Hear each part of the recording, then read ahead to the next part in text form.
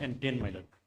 So I want to argue tomorrow, my lord. I have other case in court number 2 for hearing item 3, my lord.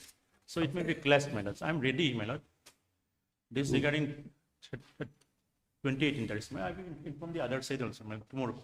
9 and 10. 9 and 10, my lord. Part 1 list. Yes, ma'am. Okay, item 9 and 10, please write as paid for by Mr. S.K. Mehdi, May I, Lordship? Learned Counsel. The leading counsels will not be available on tomorrow. Okay. Who is the leading counsel? Mr. Lasoyrema. He will be on dialysis. Okay. One year Jonathan Silo is there. 1 year Jonathan Silo is there. I cannot 10. 10 Correct. also regarding interest on 28. Have you informed them? Yes, I informed his junior, my lord. Court number 2 case. So what is to be done? You have to argue because this related item interest 28 interest, my lord. Interest on 28, my lord, from this related, my lord. See, I'm not asking you about the subject matter. You want accommodation because you have an argument at court number 2 or 3. But the other side, they are not available tomorrow. This is the problem. So we need to have a consensus date. They consent for tomorrow, my lord. But my friend is the problem, my lord. But these are clubbed together, you see. Yes. You have it some other day then.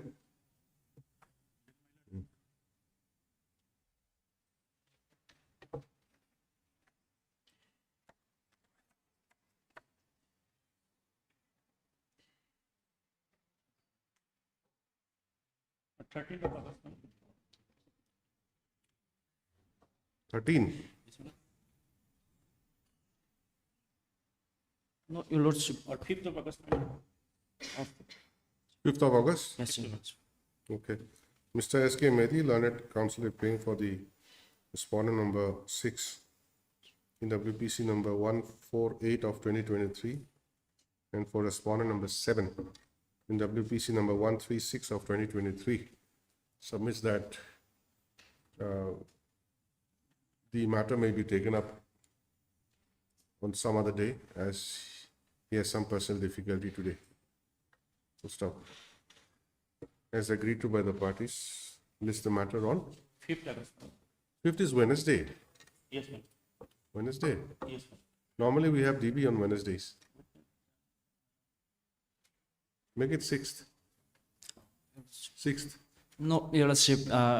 Thursday is also the dialysis date of my senior. Oh, then 4th. For tomorrow. For me not to see, my lord. Okay, take 5th only. 5th of August 2026. Yes, next. Any other mention? I seek your lordship's indulgence in mentioning item 10 of part 2, my lord. With the consent of the other party, may this item be taken up on Wednesday after DB. You are for the? I am for the appellant, my lord. What do you want on Wednesday? My lord, that is the instructions I have received. Well, we'll mark it as Wednesday, but if time permits only. Otherwise, may not be proper. I mean, may be difficult. My lord. Who's for the other side? Mr. Joseph and the government, my lord, we have taken the consent of both the parties. See, I think you better have it next week then, for Monday, or in the weekly hearing list. My lord. Okay. Mention has been made on behalf of Mr. A.R. Malhotra, Learned Counsel for the appellant, to the effect that he has some personal difficulties to take up the matter this week. Stop accordingly. This is the matter. In the weekly hearing list commencing from 27th of July, 2026. Yes. I seek your lordship's indulgence in mentioning item number 5 of part 2, my lord. Even though it is fixed for today, my lord, as my senior is indisposed today, if the matter be taken up on Wednesday this week. Who's your senior? Mr. Villaramenga, for respondent number 1. Item 5. Yes, my lord. His name is not shown. Yes, my lord, we have also submitted our vakalat nama, but it was not reflected in the causes. Are you sure this is your case? Yes, my lord, I'm sure. What is the case number?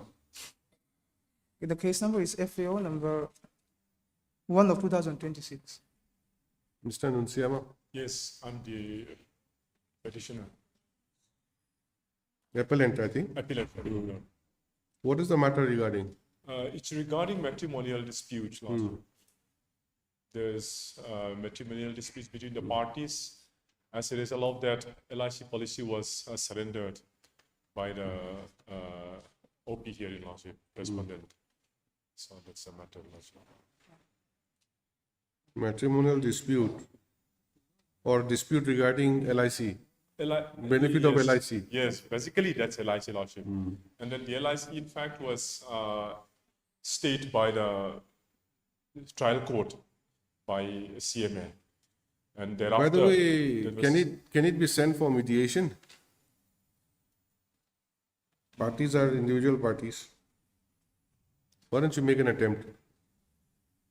Yes, last. I have no objection in my personal opinion, but I don't know what opinion might be from the You council. don't lose anything. You make to make an attempt. If attempt fails, then back to square one. We have to hear the matter Not so, and decide the matter on as per law. not so. Yes, Mr. Lomoma, Yes, my lord. just find out. Yes, my lord, I'll take instructions from my senior. We'll send it for mediation. Let us make an attempt. Okay, My lord, if I may take instructions or from my senior or... if you want, you can take. That's what I'm telling you. Yes, my lord. Just give him a call. Say this is what the court is thinking to send the matter for mediation. It's between two private parties. You might ultimately be able to settle it.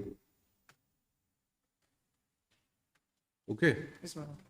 you get back to the court. All right. Find out and take instructions. Get back. Yeah.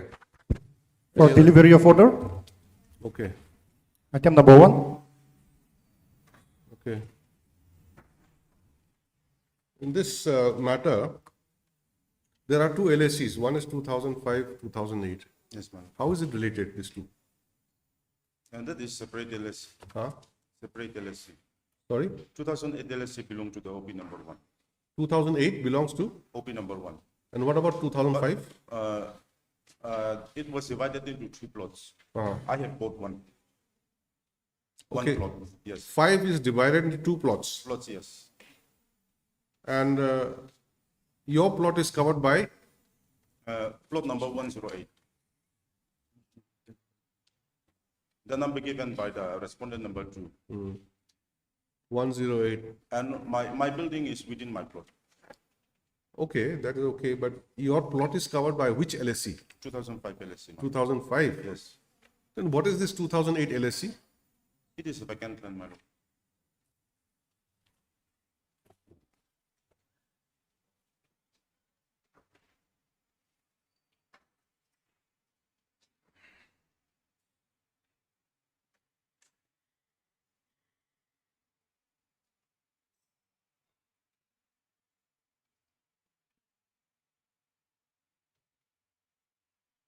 Now, this civil suit, 40 of 2023, correct? Yes. What is the property involved in this civil suit? The property involved is that 2 buildings which is standing within the LSC 2005. Of 2005, Number 5, not 8. not 8. Can you just show me? Where is it written like that? In the judgment or in the plaint?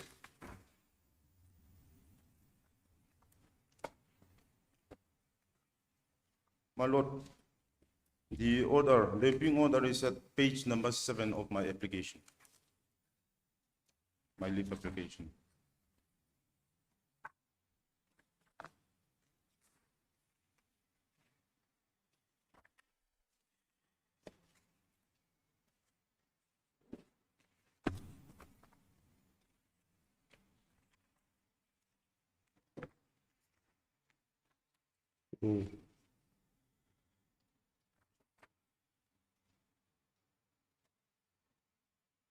If I may read point number one. This is civil suit number 40 of 2023, filed by the plaintiff for declaring that the two RCC buildings and the land covered by LS number 796 of 2008 are belong to the plaintiff by virtue of registration certificate dated so and so in sealed bearing document registration number so and so. Okay, please stop there. So it talks about 2008. No, the two RCC buildings it talks about also. Huh? The two buildings and the land covered by LSC. It doesn't say that the buildings are within the set 2008 LSC. Okay, 2008 is a vacant land. Vacant land. 2005 LSC has two buildings Two standing. buildings. Yes, my lord. One of the building is purchased by you. Yes, my lord. And that building is standing on that plot number so and so, covered by that LSC of 2005. Yes, my lord. And now what was the agreement or the mutual agreement between the parties?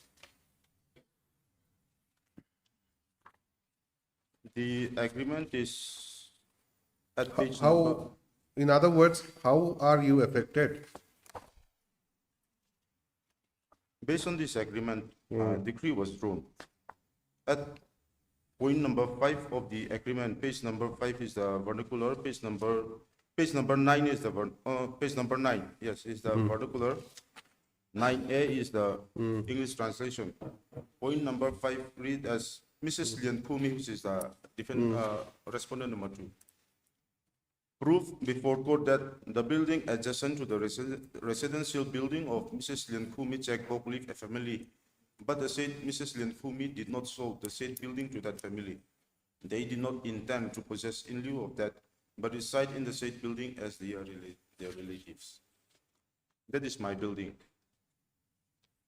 And based on this compromise agreement, at page number 11, point number 3, based on the compromise agreement dated 6 September 2023, the defendant number 1 shall make a payment of rupees 50 lakhs before the end of February 2024 to the plaintiff. During this period, the two buildings, that is, new building being acquired by the defendant number 1 and another adjacent building where the defendant number 1 used to stay, located at Chekbok, shall not be locked by the plaintiff. In the event that the defendant number 1 could not make a payment of the said rupees 50 lakhs to the plaintiff before the end of February 2024, the said two buildings shall be locked by the plaintiff and the plaintiff would be at liberty to file an execution case. The defendant number 1 shall make a payment of another rupees 50 lakhs before the end of August. Okay. Mr. Counsel, just come back to the vernacular at page 9, paragraph 5. Page 5, the vernacular, paragraph 5. Just read that, the vernacular one.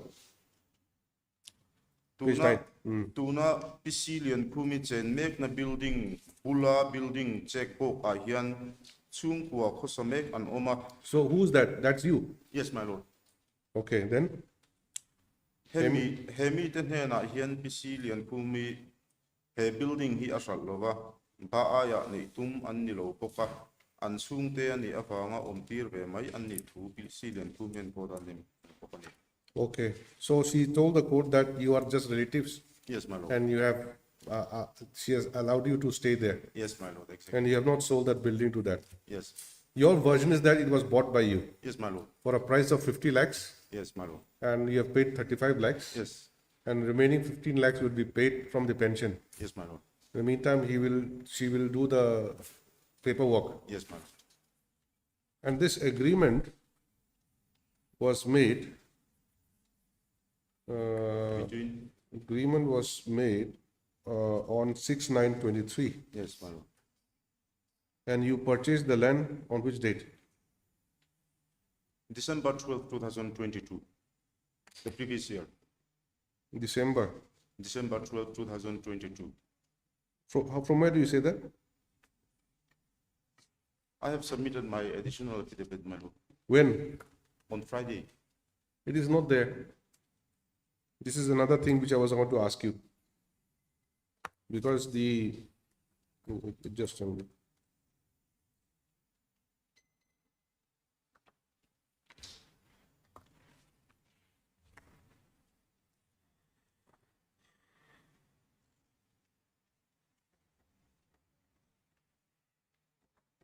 Friday was what?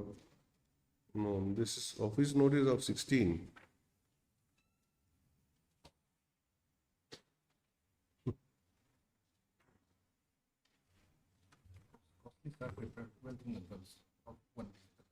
Huh. Cost list is prepared, but the file is to be given on 17th only, or 18th, like that. So on this,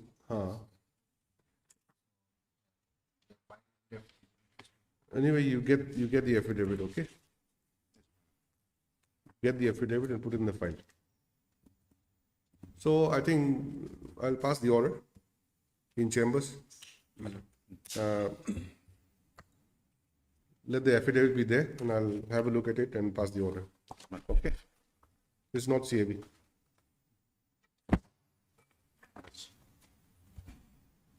For motion, item number 2.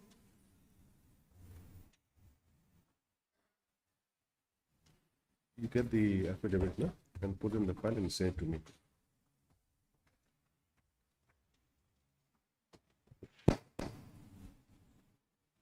Lordship, Motion, okay, yes. yes. This is in respect of the cancellation of the work orders issued to the petitioners without any notice whatsoever.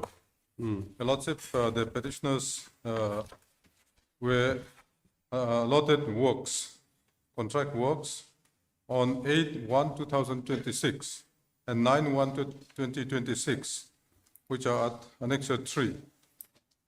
Lordship, Annexure 3, page. Annexure 3, starting from page 22. This is 8 January 2026. Lordship, here the work is construction of rigid pavement at SL Silo, Phase 1 at Durtlang North, Aizawl, under ward number 1. And the contract amount is 25 lakhs. And the working period is 12 months from the date of issue of this order. The location is within so-and-so latitude and longitude. That has been clearly mentioned. And the agreement was signed on the same date, on 8th day of January 2026. Lordship, as per the agreement, at point number 4, at page 24, para number 4, there is a statement to the effect that under subclause 2 of 4, payment shall be made only after funds for financial year 2024-2025, 15th Finance Commission grants are received. Lordship, this work order was made in anticipation of the grant to be received under the 15th Finance Commission grant. And Lordship, thereafter, other 3 works are also here, along with these work orders in the names of the other petitioners. All the work orders and the agreements have been put together collectively, marked as Annexure 3. It is, Annexure 3 includes or consists of all those till page 46. What are these? These are also works which are mentioned here under para 6, Your Lordship, if Lordship produces para 6, Page number? page 6. Page The 6. works, yes, page 6 of the writ petition. The works are mentioned. How many petitioners are before this court?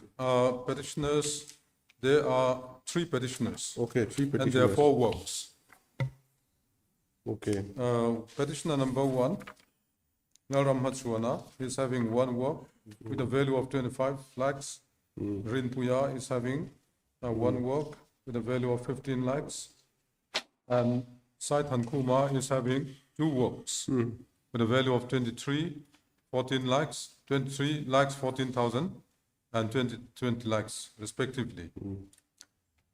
Lordship, these are the work orders which I have enclosed here under Annexure 3. And Lordship, since there was the clause which says that payment shall be made only after receipt of the grant from the 15th Finance Commission grant. And here, at page 47, Annexure 4, Lordship will see the funds have been released for the said purpose. It's a letter dated 27/3/2026 at Annexure 4, Lordship. This is from the Government of India Ministry of Finance, addressed to Senior Accounts Officer, Ministry of Finance, New Delhi, on the subject of release of urban local bodies grant to the state government for non-million plus cities, tight grant as recommended by the 15th Finance Commission, and the amount that has been released to the state government is 893.06 lakhs. And this is the first installment for the year 2024-2025. And under para 3 thereof, it says that the state government, state finance department shall transfer grants in aid directly to all urban local bodies within 10 working days of receipt from the union government without any deduction.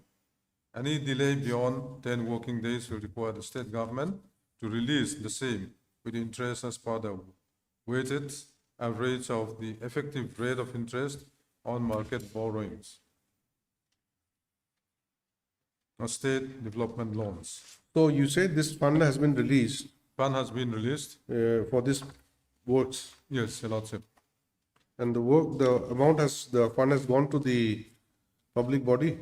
or not? Yes, it has gone to, by this order at page 49, Your Lordship, there is another order of the same date, dated 27 March 2026, It was released. from UDNPA, yes. Amount is 595.38. 595.38, yes.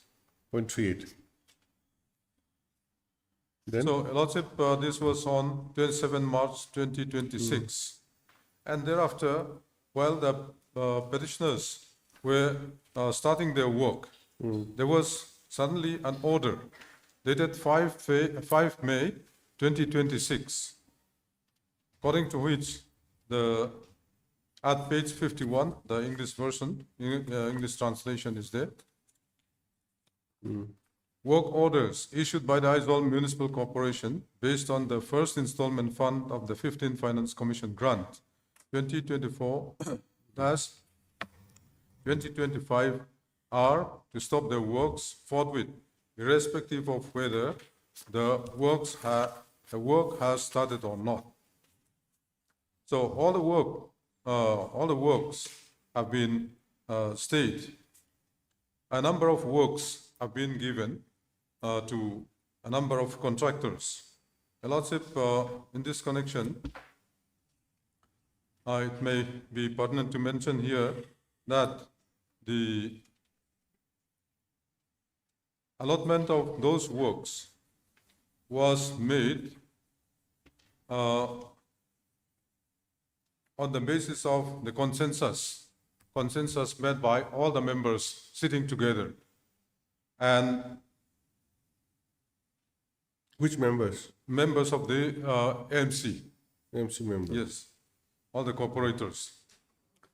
On 5/12/2025, there was BOC meeting, Board of Corporators meeting. And just after that, the consensus was made to the effect that all the works which were in different wards will be equitably distributed to all members of the corporation. And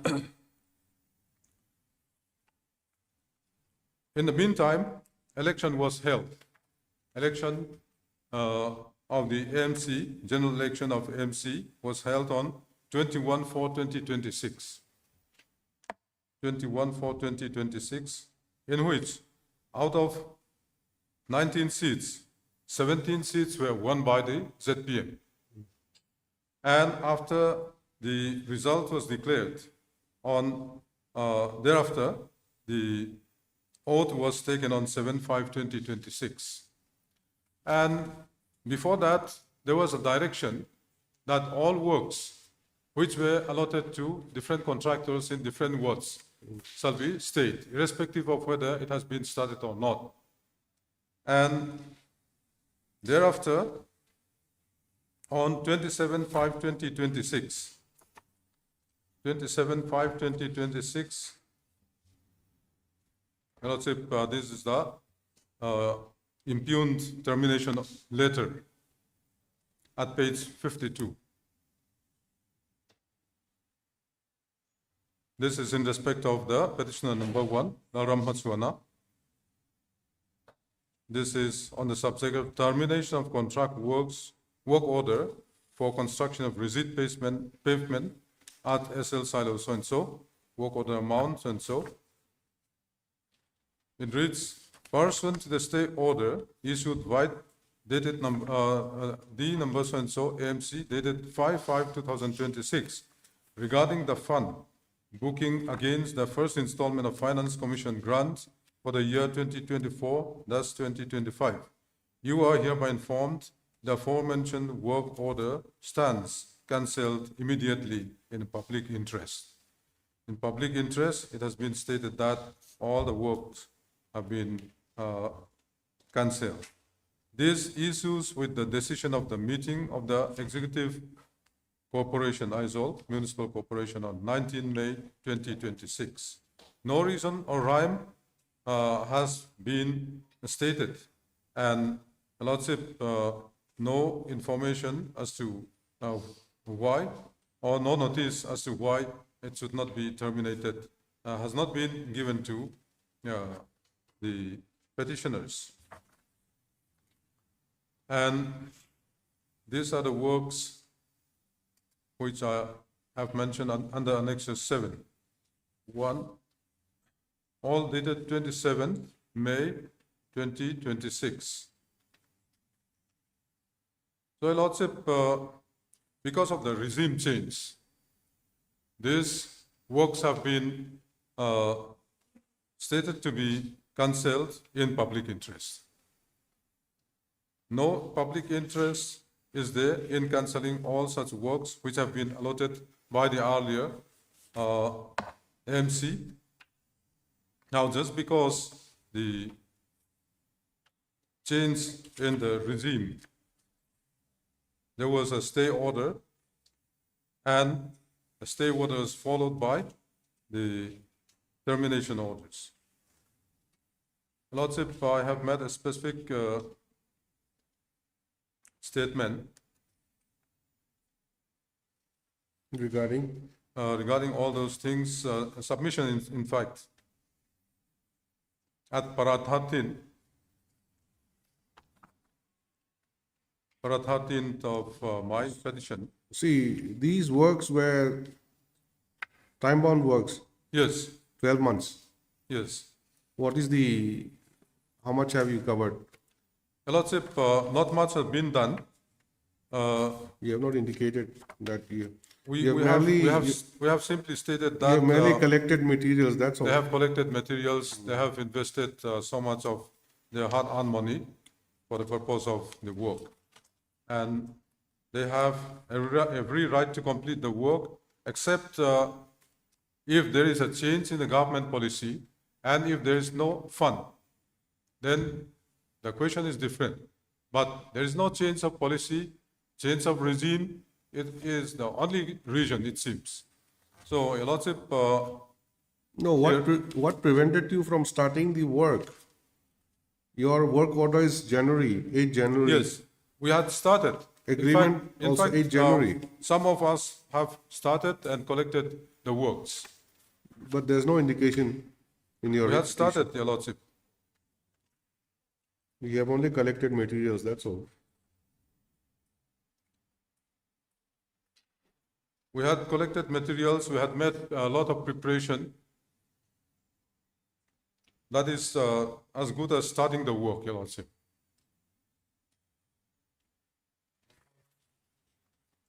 You have 12 months, Yes. starting from January. And You because are of, now running short of 6 months. yes, How that's do you true. complete within 6 months?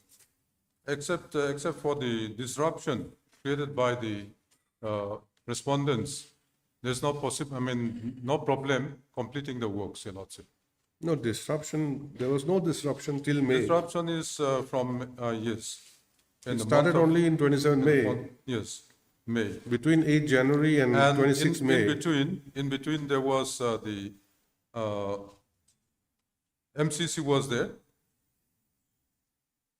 The election, MC election was declared, and When was the election? on 18 March, it was announced on 18 March, and then on 21/4/2026, the election was held.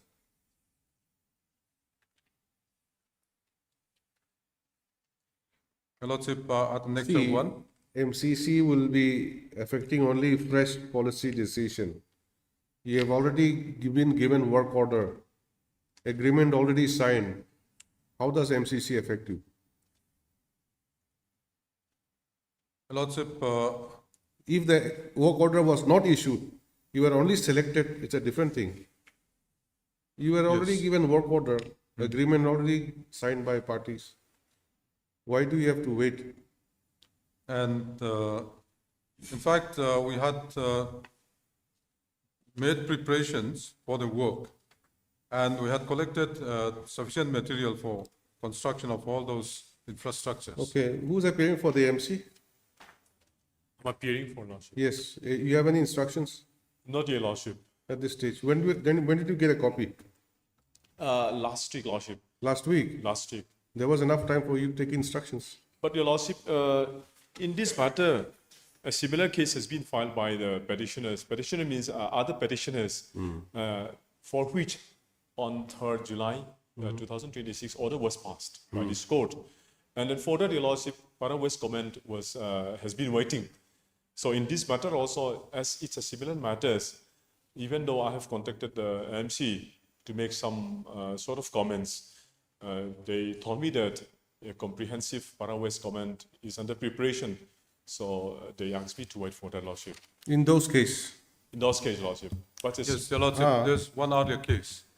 that is in those cases, but I'm talking about this case. Since if you have received a copy 1 week back, you should have taken instructions.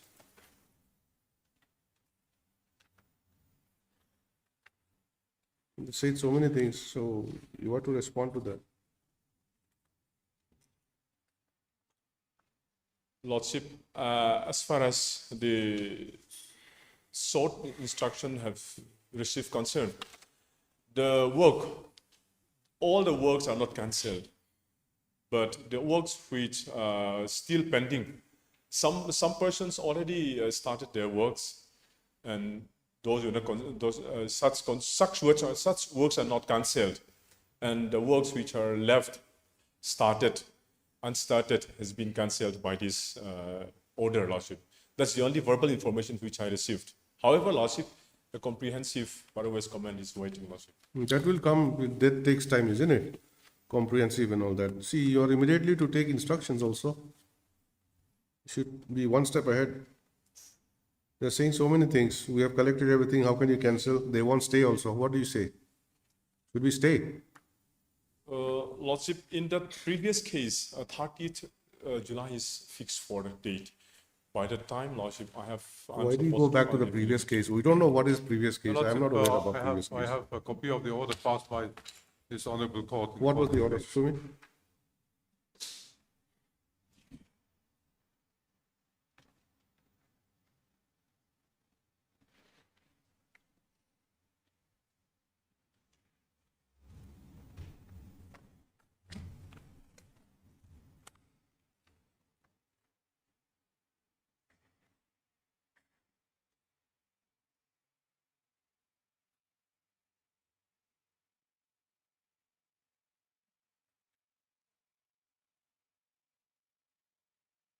This is also same. Yes, same. When is it listed, going to be listed? 37. 30th, yes. The next returnable date is 30th. So we'll issue same thing. We'll issue notice and fix it on 30th. Lordship. You come up with the instructions. By the time, Lordship, yes, it may also be. Because they say finished. they should not allow the work to anybody because we should be allowed to complete the work. We have incurred a lot of finances, expenditures. We have collected the materials. So we should be allowed to complete the work. Lordship. So on that point, you should get instructions. Lordship. Heard Mr. Silaram Zawa, Learned Senior Counsel, assisted by Mr. Stephen Lal Botsaya for the petitioners who submits that the three petitioners were allotted their respective work orders for making certain construction by the Municipal Commissioner, Aizawl Municipal Corporation. Bracket respondent number Respondent number 2. 2.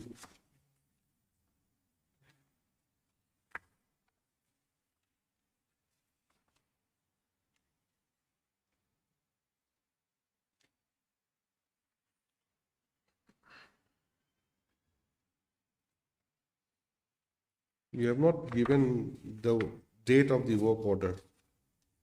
Lordship, the date of the work order is 8/1/2026 and It is 9/1. not, you have prepared a chart. If you have prepared a chart, at least you should have included the date. Now I have to List of turn, dates is there, Huh? Lordship. List of dates is there. At No. serial number 3, the chart at paragraph number 6, page 6. You have painstakingly prepared a chart, Yes. serial number, name of contractor, name of work, amount, work order number, except for the date. just two lines above, Your Lordship. The work orders dated 8/1 and 9/1 respectively were issued to them as shown hereunder. But which is 8/1, which is 9/1 has not been clearly indicated. What is the last line?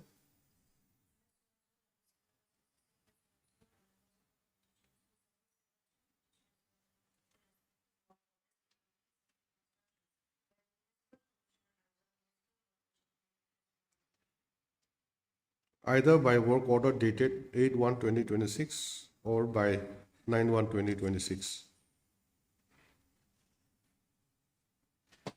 Stop.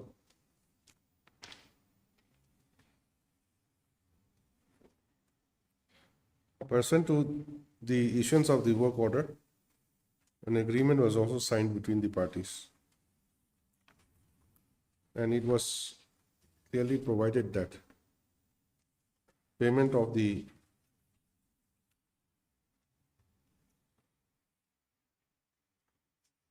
the work will be made after funds for financial year 2024-25 are received in the 15 Finance Commission grant.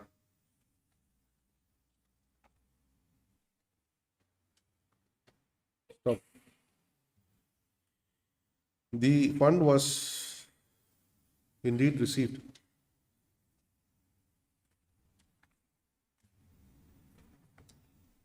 from the Ministry of Finance, Government of India, Department of Expenditure.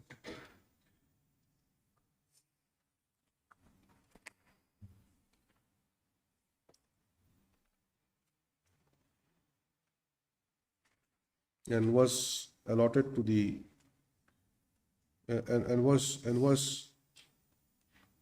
released and was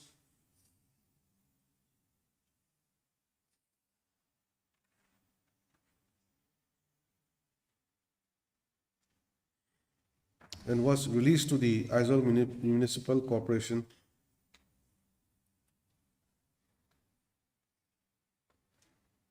on 27/3/2026. by the Director, Urban Development and Poverty Elevation Department.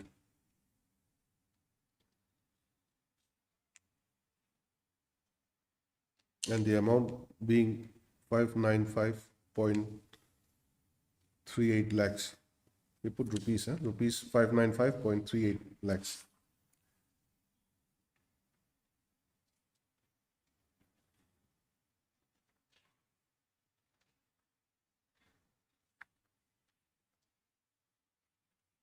Stop. However, to the surprise of the petitioners, an order was issued by the administrator. What is this? Respondent number. Respondent number 2. Respondent number 2. Please read that sentence. However,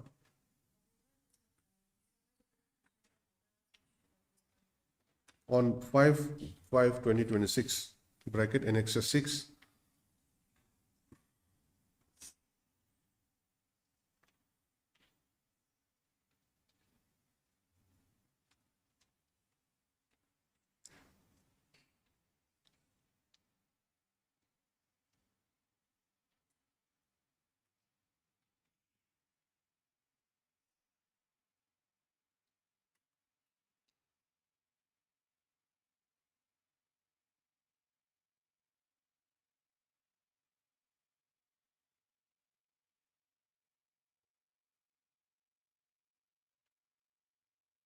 ordering the stoppage of the works, irrespective of whether the works had started or not. Stop. Following the said order, the work orders issued to the petitioners came to be cancelled, terminated. White communication dated 27/5/2026.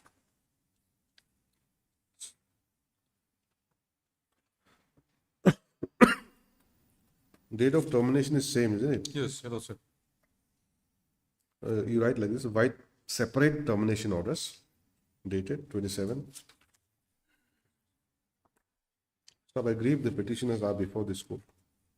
Next matter, Mr. Cyril Ramzao, learned senior counsel, submit the pursuant to the issuance of the work order and signing of the agreement, the petitioners have mobilized their resources and collected the materials for undertaking the construction.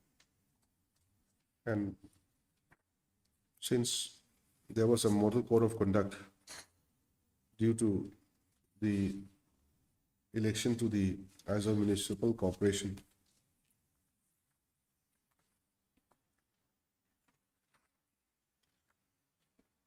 the works could not progress, but nevertheless, the petitioners have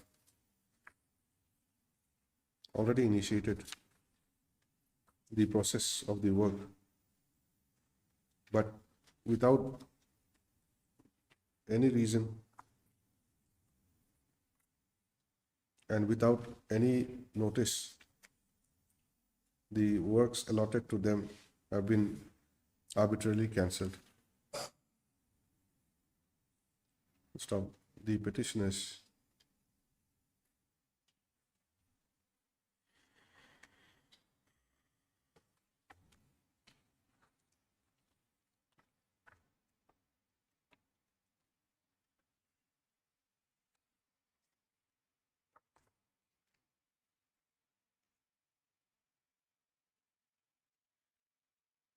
have every reason to believe that such an action has been taken due to regime change and not by change of policy. So we therefore submit that the impugned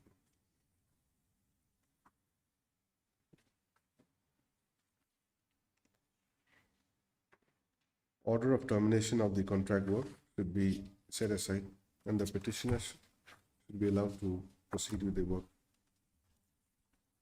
Next para in view of above, issue notice of motion returnable by 30th of July 2026. So Mr. T. Lanunciama, learned standing counsel, AMC, accepts notice on behalf of all the respondents, and therefore no formal notice is required. Stop petitioners shall, however, furnish requisite copies of the writ petition to him within 2 days, if not already done. Stop having regard to the projection made by the petitioners. It is hereby provided in the interim that till the next returnable date, the respondents shall not allot the work to any other, allot the work which were allotted to the petitioners to any other person. Okay. Okay. There are other cases also. The similar cases different in the names and the dates of the allotment of the contract. Lots of Okay. Let us go one by one. 89 of 2026. Item number 3. We have prepared a chart here also. Yes, yes. At page 6, a lot of the chart is there. This is only one person. One person. The date is 23/12/2025. And the cancellation, the note order asking them to stop, Yes, that is similar. this is similar. And termination also same. Termination Okay. is This is similar order, okay? Only one petitioner. And allotment of the work is dated 23/12/2025. termination is 27/5/2026. I think they're same. Yes. Notice, I mean, the stopping of the order is same, Same. then termination is the same. Only difference is the work order and one petitioner, okay? Item 4. Item 4, there's only one petitioner.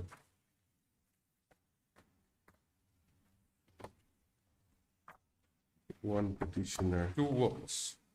At page 6, Your Lordship, Okay. the work orders dated 19/12/2025,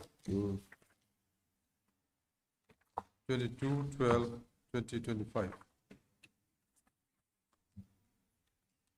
You have repeated page number 6. More or less, yes, Your Lordship. Not more or less, it's an extra In fact, page. I have repeated all the statements except the peculiarities in respect of those petitioners. No, what I'm saying is that there is 2 copies of page 6 in my copy. I'm sorry, Your Lordship. So one page can be removed, I think. It's the same thing. Yes. Then, what about the order to stop? Same date. Same, yes, And termination also same. yes. Okay, this item number 4. This is also one single petitioner. Then the work orders are dated 19/12/2025, 22/12/2025 and 5/2/2026. I'll repeat. Work orders dated 19/12/2025, 22/12/2025 and 5/2/2026. The remaining are same. Lordship, may allow me to make correction at page 6, wherein I have stated just above the table, the work orders dated 19/12/2025, which I have mentioned. Yes, I have dictated already. There are 3 dates. What correction do you want? Correction is, Your Lordship, it's 22/12/2025, not 19/12/2025, 22/12/1995, Both are 1995? 22. Yes, both are 2212. What do you mean 1995? 2025. Ah. 2212, 2025. Only one date Only one day. 1912 and 5226 are not there. are not there. They may be allowed to be Okay. deleted. So you cut those two dates. Only one date will remain. You'll say date, work order. Yes. Work order dated 22/12/2025. No other dates apart from this, okay?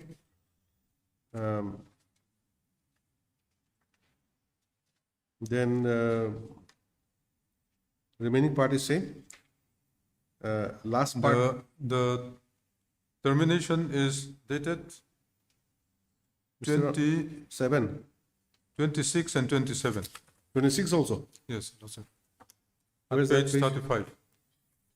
Page Page 35. 35. Okay. Another extra thing is that termination date 26/5/2026 and 27/5/2026. Two dates.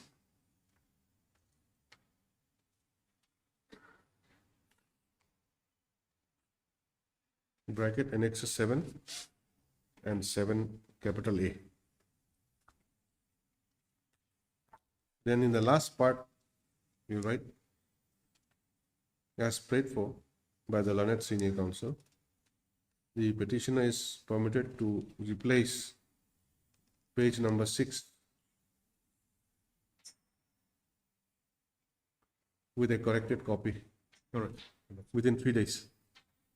Please replace this page Yes, 6. yes, okay? we'll do it. That's good. Item 5. And also you'll give a copy, Yes. with a copy to the learned standing counsel, AMC.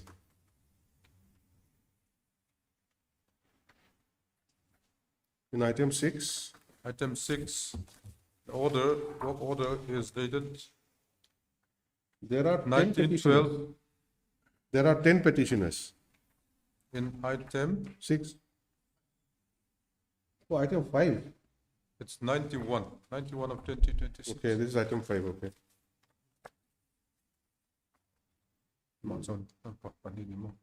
There are Two petitioners are two there. petitioners.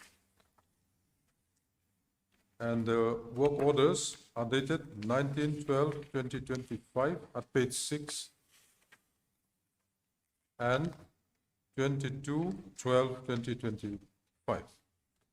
And besides that, what about termination? Termination is dated 26, both 26/5/2026.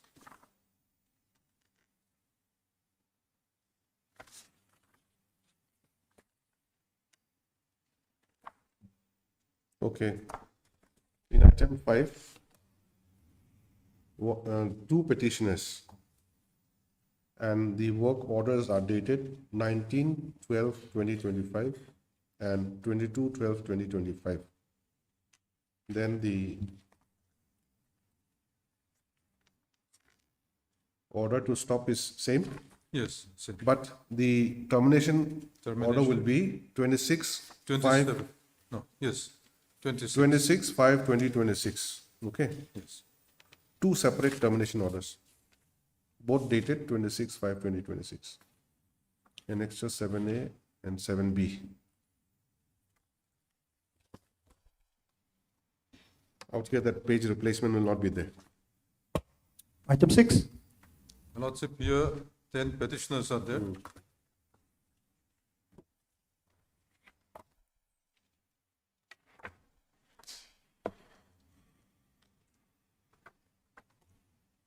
At page 7, the Lordship will see that the petitioners were allotted works at different locations, with different values. Date is same for everyone.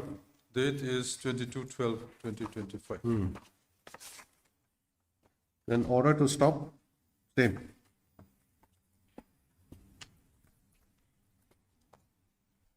Twenty-seven 5, No, that is 27/5 is termination. yes. Before that, there Oh. was an order to stop. Stop, yes, 5 5. Stop is Yes. same. Yes, same. all the termination orders are 27/5, Yes. correct? Okay.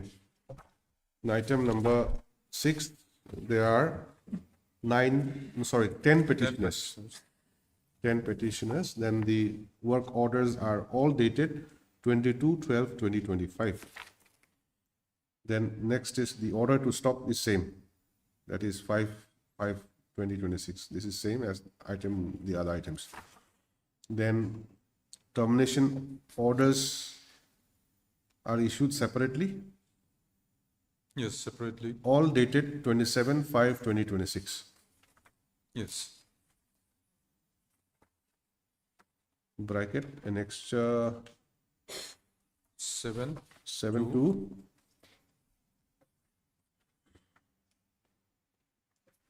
7 7 to 7J, J.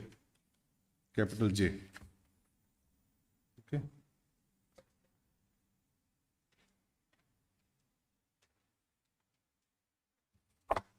Yes. Item 7. It's, there's only one petitioner.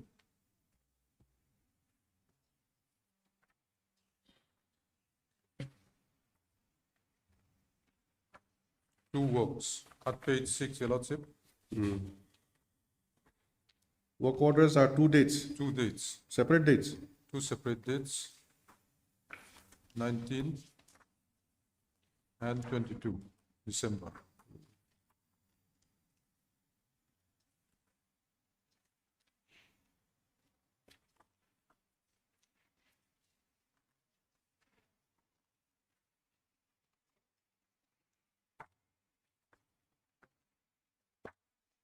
Order dated 5/5/2026 is also same.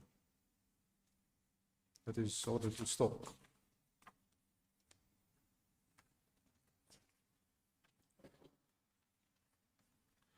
Termination, The work order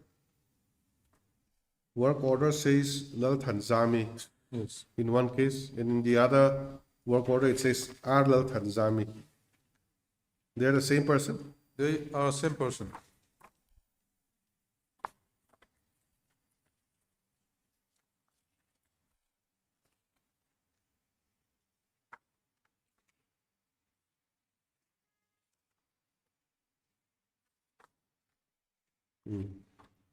Okay.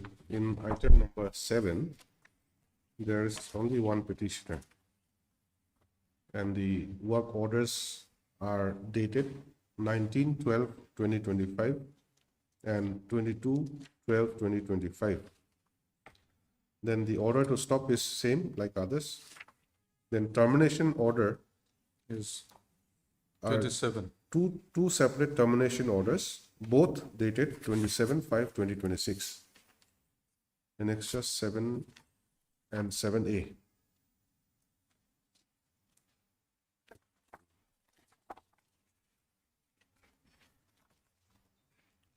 Item number 8. Lordship, here there are 5 petitioners.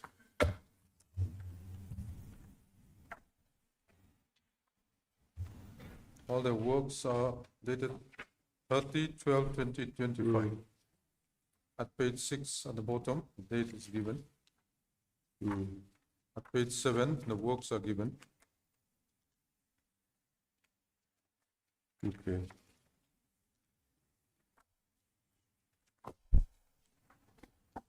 Item 8, there are 5 petitioners.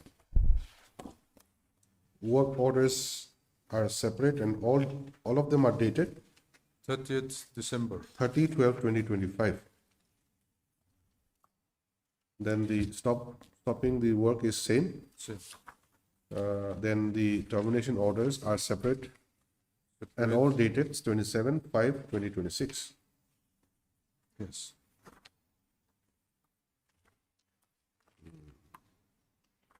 Can put annexure 7 to annexure 7 to Annexure 7D. 7D. 7 to 7D, capital D.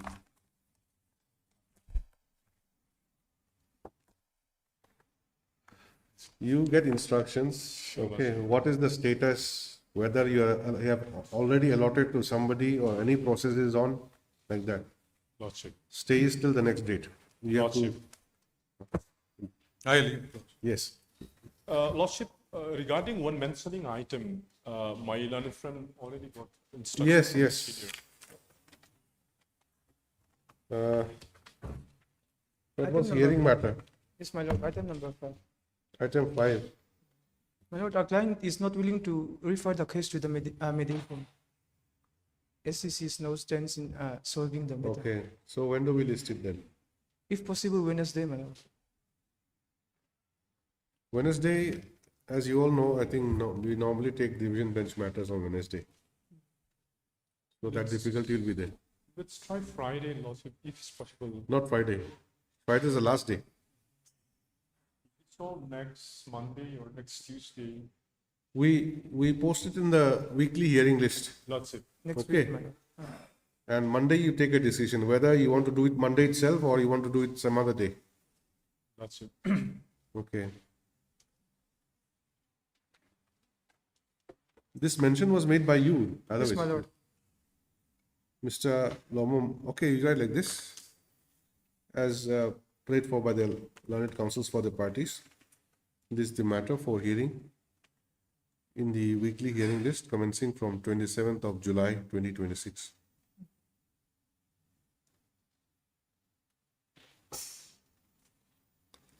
Stop. This court had also made a suggestion as to whether the parties would be willing to send the matter for mediation.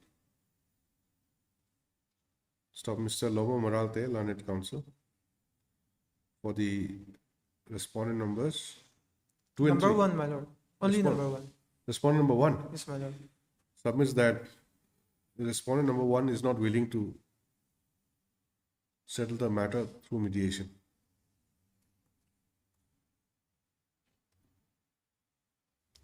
You have filed Vakalatnama. Yes, my lord. You yourself and Mr. Bilal Ramega. Yes, my lord. Okay. Mr. Lomo Moralte, learned counsel, submits that the name of Mr. B. Lalramenga and his name be reflected in the cost list as counsels for respondent number 1, as they have already filed their power. Stop registry to do the needful and list accordingly. Okay. I'm glad you also. From orders list, item number 14.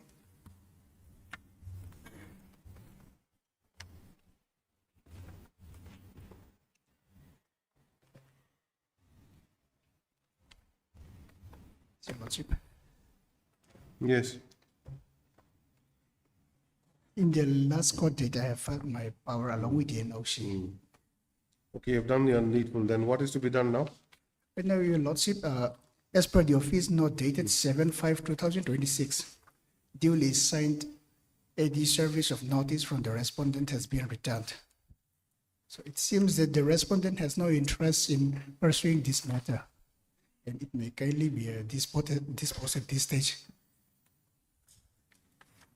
Office note dated 7/5/26.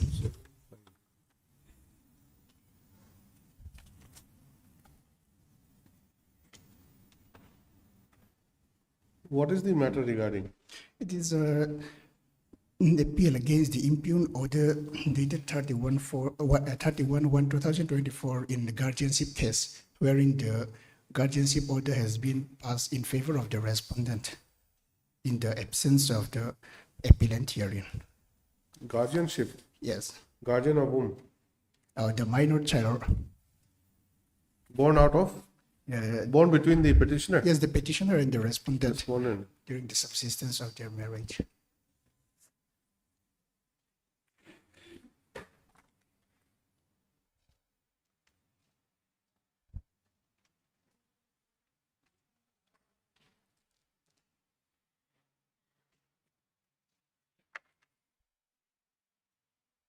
Lordship, the main reason for filing this instant appeal is that the said impugned order was passed and in an ex parte without affording the petitioner hearing an opportunity to contest the same during before the trial court.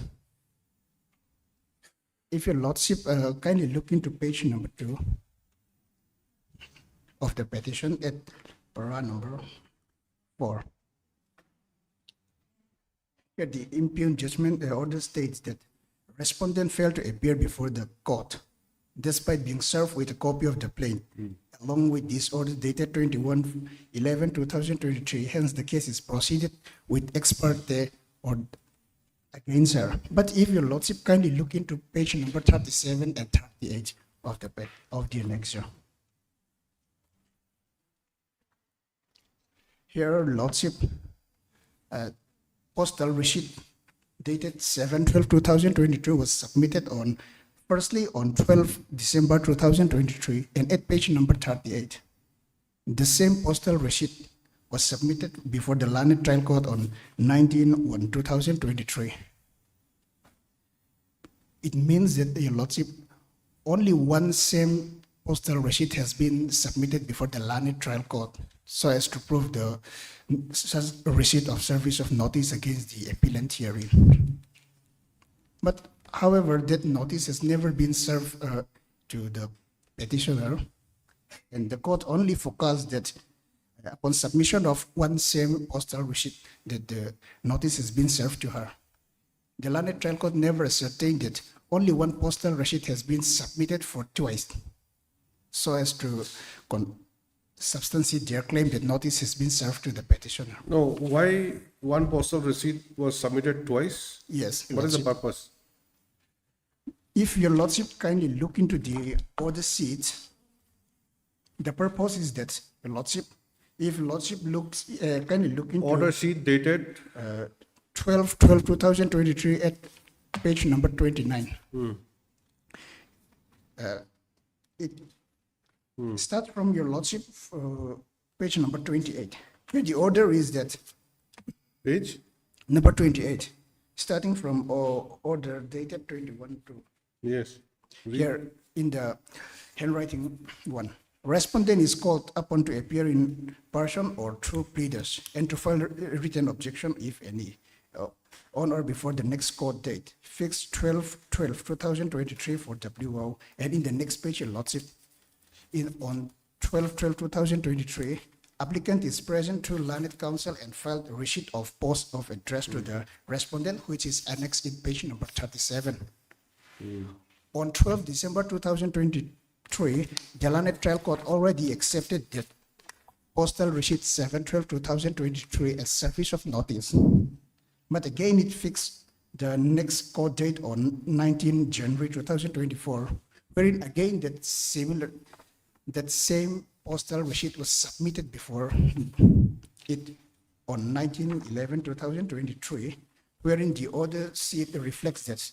It's not 1911, I think it's 1901. 19-1 all, my apology, lordship. Wherein it reflects that the applicant is present to Learned Counsel and filed postal receipt dated 7/12/2023, addressed to the respondent Nancy R.L. Mami, ITI Kulikon. Yes, so, yes, See, postal receipt is dated 7/12/2023, yes, which is mentioned in the order dated 19/1/2023. yes, your lordship, But in the order dated 12/12/2023, yes, the date of the receipt is not mentioned. yes. But if your lordship kindly look into page number 37, Well, that I've already seen. yeah, herein, your lordship, there is a signature of the Learned trial judge, where there is a note which stated filed and received on 12, lordship. Okay. And again, as I have already submitted on page number 35, seen and received on 19/11/2023. This, the year may be mistakenly written as 2023.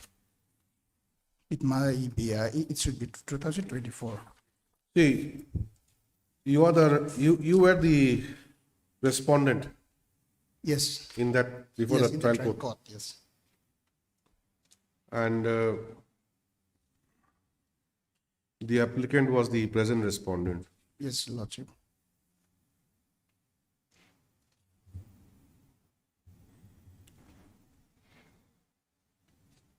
So what can be done? What, you and the respondent, you were married? Yes, your lordship. Then what happened? You divorced? Yes, then after, When? after the relationship turned sour, we get divorced on, our marriage come to an end on 17/9/2021. Until the minor child is in my custody.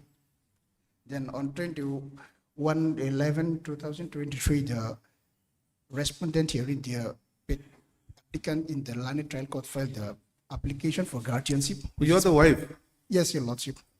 You're the ex-wife. Yes, ex-wife. Yes, You are remarried, not yet, Your Lordship. not remarried. Yes, And the child is a Is boy or with girl? me. Boy or a girl? he's a boy. Yes, How old? 10-year. 10-year-old. Yes, he will complete it on 9/12 of this year. And prior to this guardianship application being filed, where was the boy? With you or with With me, Your Lordship. with you? Yes, Then after the guardianship application he's was still allowed, with me, Your Lordship. he is still with you. Yes.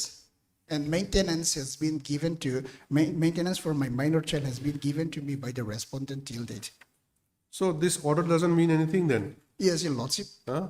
Yes, even though it doesn't mean, Your Lordship, but since a proper suit has been instituted against me, and wherein I have a right to be heard, a right to contest in the Land Trial Court, which has never been done.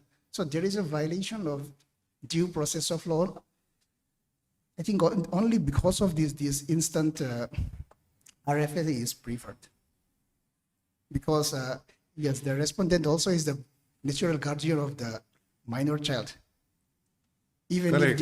if even if the order does not suffer any, we do not suffer any. So do you have an understanding between yourselves, among yourselves, No, Your Lordship. that the child will remain with me?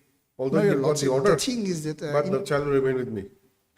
no, Your Lordship. The thing is that between us, there is at least 2 or 3 more cases pending in the lower court regarding divisions of property, regarding maintenance, and regarding and other things. So, our in between is not in a very good mark right now, since there are several suits pending against each other. Okay. So, and since the proper suit has been instituted against, Those suits are regarding property. yes, Those suits are regarding property. property and maintenance, Your Lordship. Property and maintenance. Yes, But this is regarding your son, yes, correct? correct. So the approach has to be different. Yes, He's not a property. yes, He's your own blood. correct. So you have to deal with the son delicately. Yes, Now, son was with you all the time, yes, Your Lordship. and father applied for guardianship. Yes, He was allowed. Despite that, the son still remains with you. yes. So what can we do now? He's not appearing. If Your Lordship is, if Your Lordship in your glorious magnanimity is so inclined to set aside the impugned order 31/1/2024, it does not, the respondent will not suffer any harm because he is a biological father and the natural guardian of the minor child. But since in the Land Trial Court, proper suit has been instituted against me, wherein I have a right to be heard and I have a right to contest it, which has never been done. And since it suffers a procedural lapse and technical errors, it may kindly be quashed or set aside, Your Lordship. Obviously, you will submit that, but we should give one more chance to the father to come. Okay.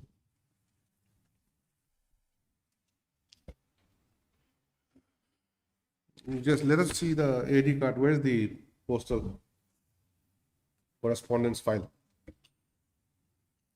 Just show me the receipt or the acknowledgement signed by the respondent. Was it him or somebody else? Daniel. Yes, he himself has signed it.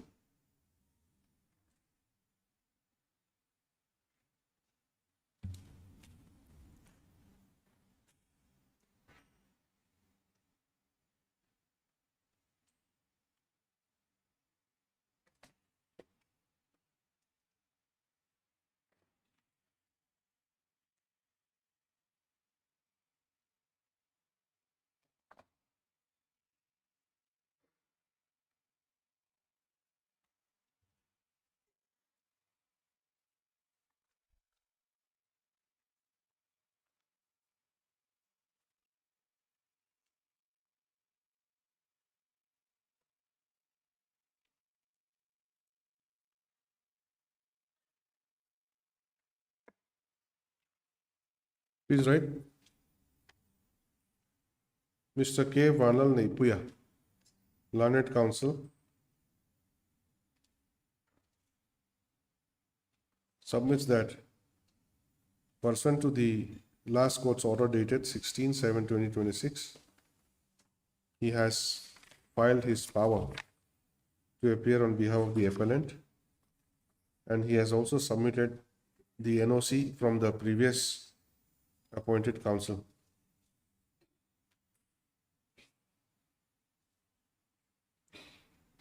Stop. Upon perusal of the NOC as well as the Vakalatnama, the appearance of Mr. K. Vandal Nepuya, Learned Counsel, for the appellant is accepted.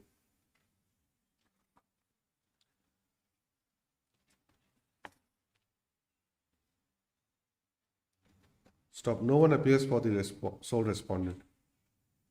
Stop. Office note dated 7/5/2026 indicates that duly signed AD card has been received back from the sole respondent on 14/1/2026.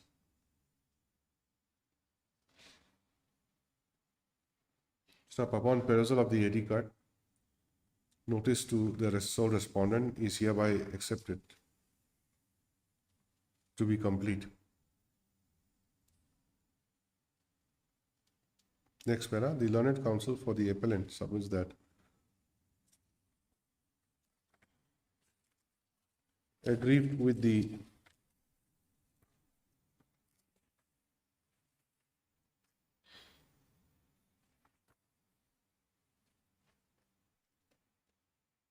order dated 31/1/2024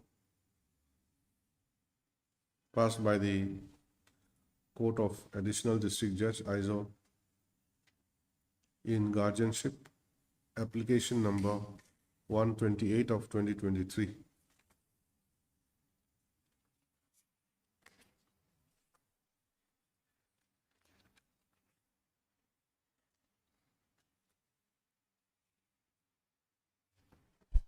Allowing the said application in favor of the present respondent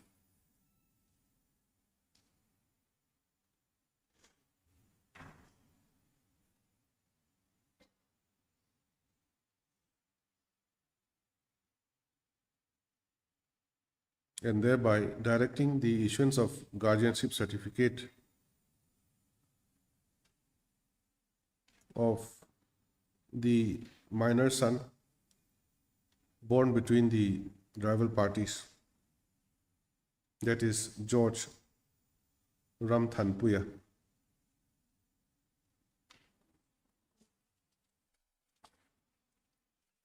You'll get the name at page 5, huh? Page 5. The appellant has filed instant appeal. So the learned counsel submits that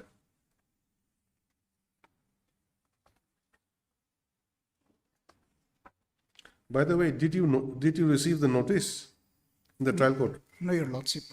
You did not receive. Yes, Your Lordship. I have done my research to perusing the registered port or receipt number, which stated that it is not booked. It is not booked. Yes. I've entered the postal receipt number EE111780569. The system says that it is not booked. What do you mean it is not booked? To trace that whether they receive that notice has duly been served to her or not. This is what registered post or speed post? Speed post. Yes, that's speed post. See, postal tracking is not possible after 3 months. The Maybe data today. disappears. Yes. So, did you get any information from your client whether she has received the notice or not? She informed me that she never received it. She did not receive. Yes. If she ever received it, she said that she would surely contest the same. Okay. The learned counsel submits that the impugned order dated 31/1/2024 was passed ex parte, since the appellant never received any notice from the court about the guardianship application being filed by the instant respondent.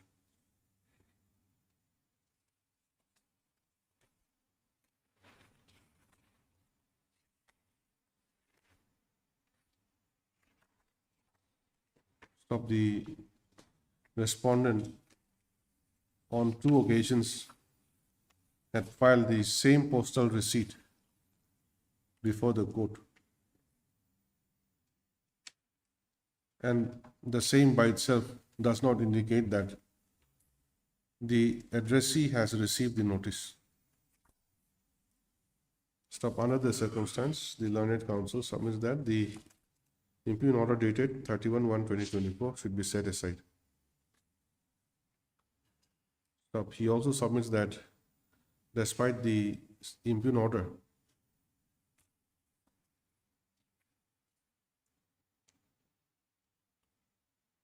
the child is staying with the appellant.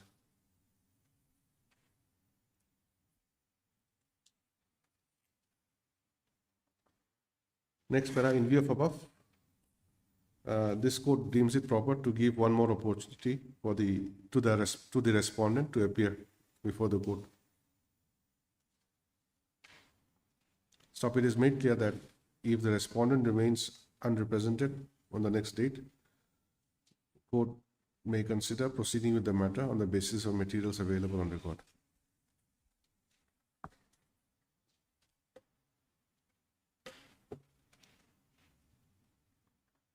This is one option. The other option is we can remand it back also. What is to be done? I think Your Lordship, quashing of the same may be, No, if we quash it, we'll remand it back. yes. Both of you will appear before the court. Yeah, it may be if it is possible, remanded back will be, Your Lordship, for the best option.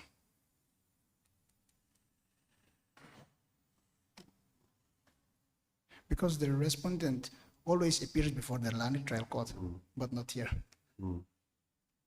What was the last paragraph?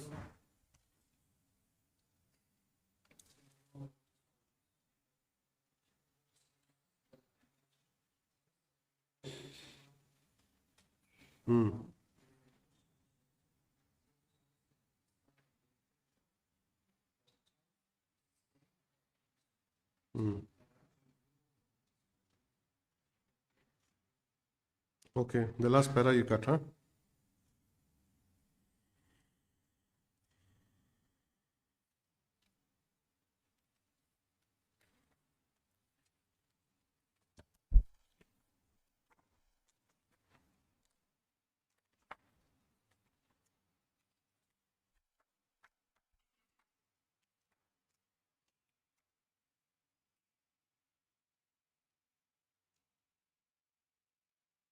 Same para, huh? The learned counsel, in support of his submission, has drawn the attention of this court to the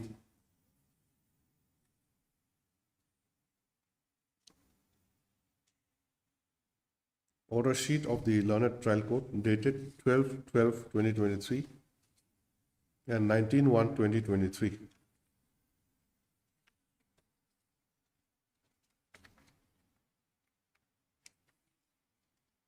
Wherein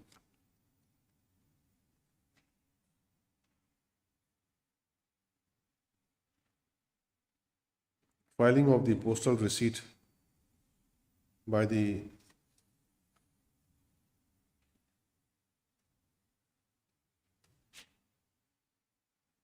applicant / present respondent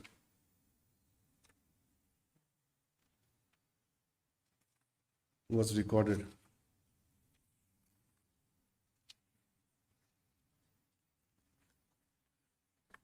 The learned counsel has also drawn the attention of this court to the postal receipt.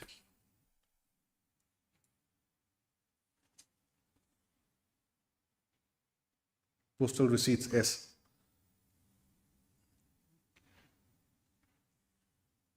which were submitted by the applicant on 12/12/2023 and 19/1/2023, and which has been marked as an extra, which has been annexed in the present appeal at page 37 and 38. Upon perusal of the postal receipt, it is seen that both the receipts are one and the same.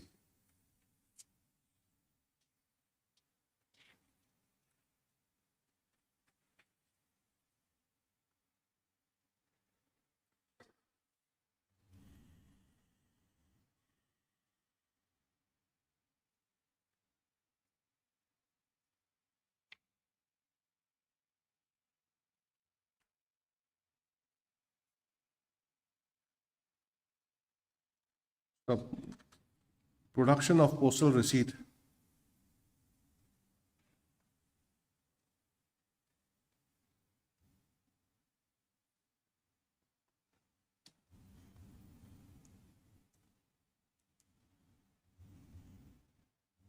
does indicate that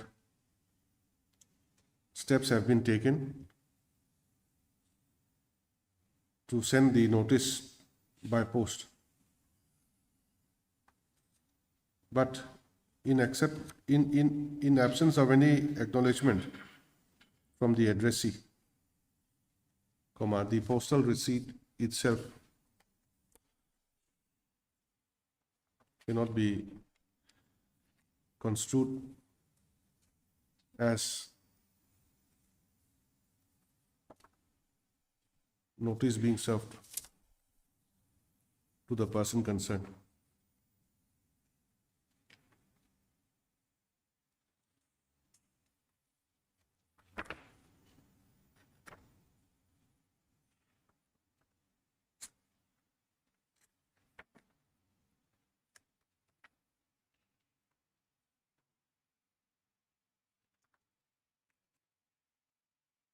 So since the respondent has failed to appear before this court despite receipt of the notice, this court is of the considered view that the matter should be remanded back for the trial court to give opportunity to both the parties to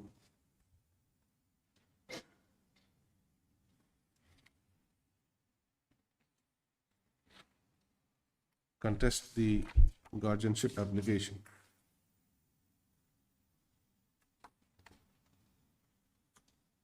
Accordingly, the impugn order dated 31/1/2024 is set aside, and the matter is remanded back to the learned trial court for reconsideration. The appellant shall appear before the learned trial court when? 7th. On 27th of July 2026, along with a copy of this order, whereafter the learned trial court shall issue notice to the respondent, father of the child,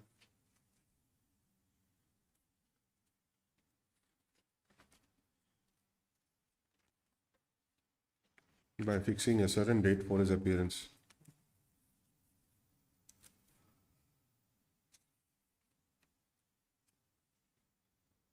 The learned trial court shall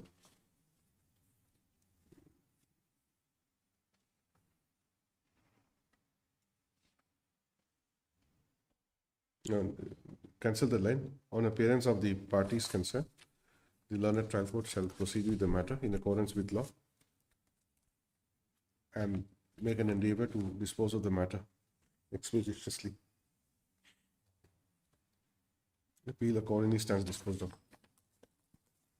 Then, this is from the other thing. This IA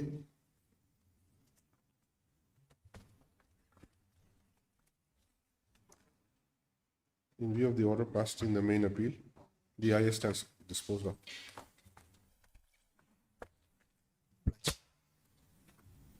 Okay. This was item 14.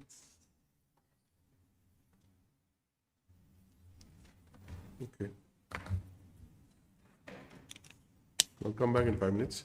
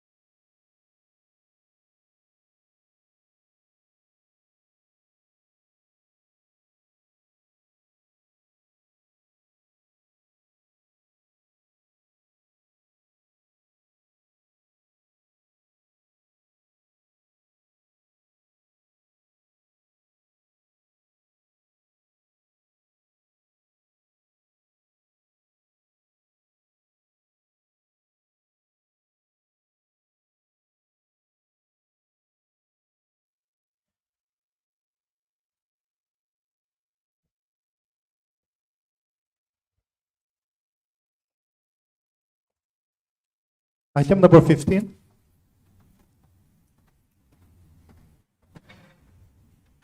Yes, Your Lordship, in this matter, notice return upon respondent number 2 is still awaited, Your Lordship. Okay, when can you tell us? By next week, Your Lordship. By next week? Yes.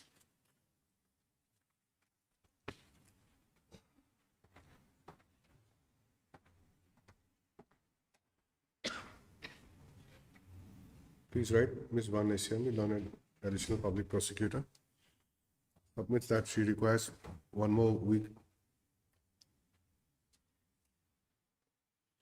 to inform the court about the status of notice being served upon the respondent number 2, bracket informant. My lord, paper book has arrived and will be depositing the cost within this week. Your good name? Violet Samwani. Ms. Vanal Thamwani, learned counsel for the appellant, submits that she will be depositing the cost towards the paper book within this week. In view of above, list again after a week. Obliged. Item 16.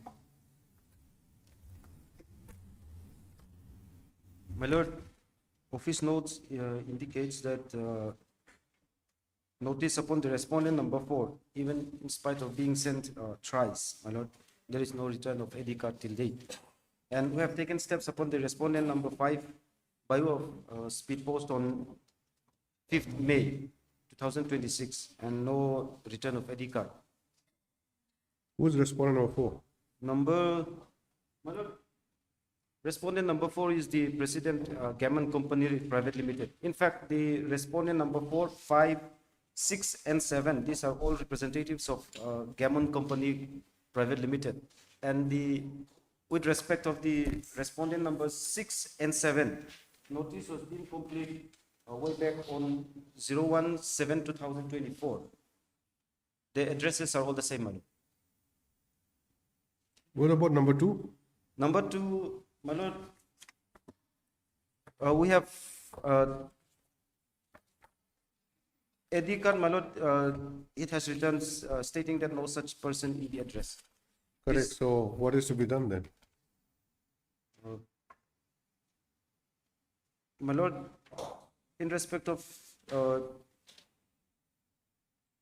if newspaper publication, my lord, to the area last known of his residence may be issued again, my lord. What is who is respondent number 2? Individual? Yes, my lord. In fact, he's one of the main guy who had actually issued, against whom we have claimed refund of the certain money, man. He's the Refund of what money? here the respondent number 2. The respondent number 1, respondent number 2, these companies had represented that they have, they are expecting some contract works from the respondents number 4, 5, 6, and 7. And in light of that, my lord, they have taken some money from the petitioners, the appellants hearing. And however, since they could not deposit certain security to the respondents number 4, 5, 6, and 7, that the said contract work was not given to the respondent number 1 and 2. However, in spite of receiving certain sum of money which totaled up to more than rupees 60 lakhs, my lord, that money had not been repaid. And we have approached the learned trial court to realize the said amount.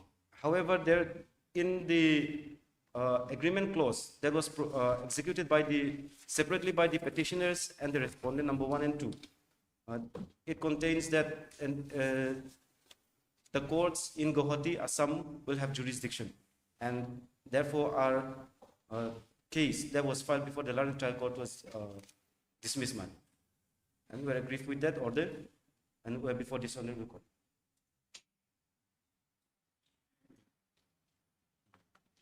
My lord, we have submitted, it was recorded on 17/11/2025 that the instant respondent number 2 was in was in custody at Itanagar. However, after he was released from judicial custody, it is said that he could not be traced. Respondent number 2. Yes, But see, So it's- just see the nomenclature, how you have arrayed him. my lord. Page 5. Have a look. My lord, Dheeraj Pau. my lord. Then next is General Headquarters. Yes, my Aizol. lord. This was at the time of executing that agreement between the respondents. See, name, Yes. Dheeraj Pau is the name of a person. My lord, How do you put General Headquarters after his name? my lord. That should come Like in the, T. Lal Zekima, General Headquarters, that should come in the next page, ma'am. Aizol, Mizoram. Will it reach? Are you General Headquarters? No, my lord. Then? That should come in the next line. So why have you written like that? Dheeraj Pau, General Headquarters, Aizol. It's the name of a person. My lord. That is, my lord, there must be typographical mistake, ma'am, on our parts. No, similarly, notice has gone like that only. So how will they receive?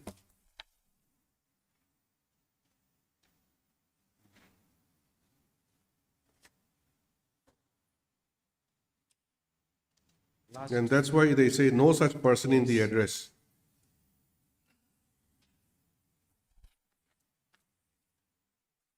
What relief are you claiming against the respondent number 2? my lord, basically that he has to refund that 60 lakhs, more than 60 lakhs amount of rupees to each of the appellants hearing. Okay, what is he? Where does he work? My lord, he is the proprietor of this HT enterprise. Hills District My lord, or HT Enterprise? HT enterprise come Hills District Development. Now, where is he, HT Enterprise? At the time of filing of this civil suit before the learned trial court, my lord, this was in the address given at Bongkon. However, this office has been closed. Then what about number 3? He's also again My lord, an employee of the, yes. My lord, with regard to respondent number 3, news publication was made on 22nd/07/2025, and notice was deemed complete by this honorable court by order dated 01/09/2025.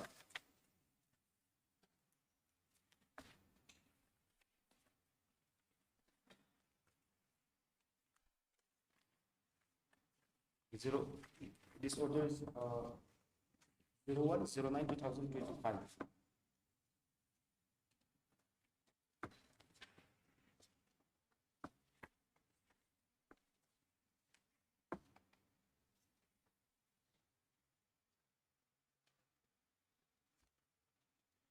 where was it published? Paper is the Sentinel.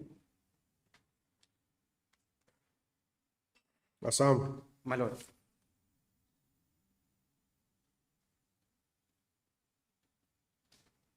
Then what about number 2 then? number 2, my lord, the last we have heard of his address, he was in judicial custody at Itanagar. However, later we have realized on inquiry that he was released, and after his whereabouts, my lord, this is That you have already said. So supposing we allow you to do the newspaper publication, where will you publish? In which state? Arunachal, Assam, my lord. All India? Where? My lord, if this honorable court may kindly grant us time to again, we'll try to know his whereabouts. Please write. Office note dated 16/7/2026 shows that notice has not been served on respondent numbers 2, 4, and 5. Stop. In respect of respondent number 2, the notice sent has returned back with a postal note, open inverted comma, no such person in the address, close inverted comma. Stop. in respect of respondent numbers 4 and 5,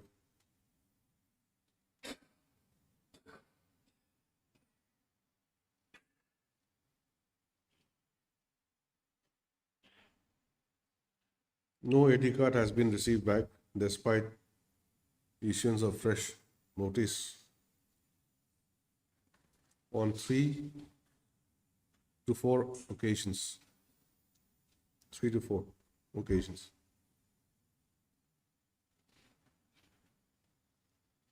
Next para, Mr. Tilal Zakima, learned counsel for the appellant, submits that, okay, put appellants, yes, appellants, submits that he may be given some time to obtain instructions as regards respondent number 2.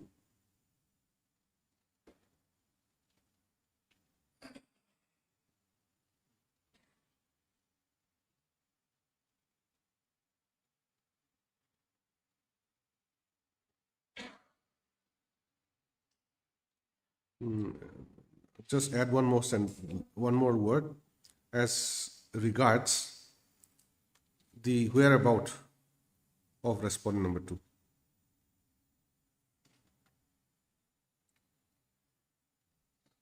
How much time?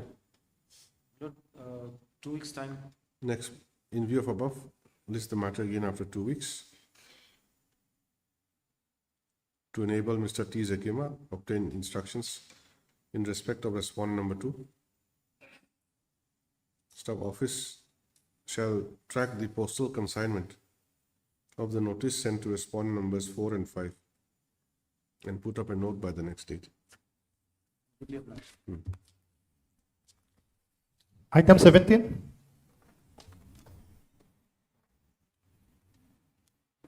My lord, in this criminal appeal by state, filed by state, if I may be granted 2 days' time, my lord, to get information, to inquire, 2 days' time.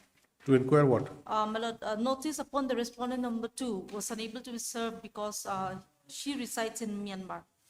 And for that, my lord, we have written a letter to the Ministry of Home Affairs.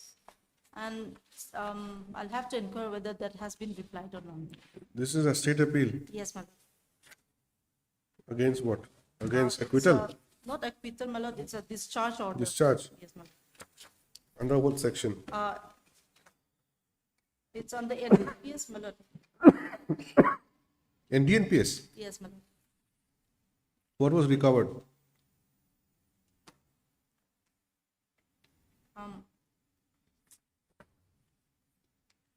It's a commercial quantity, 22C. 22C, what was recovered? Meth or heroin or what?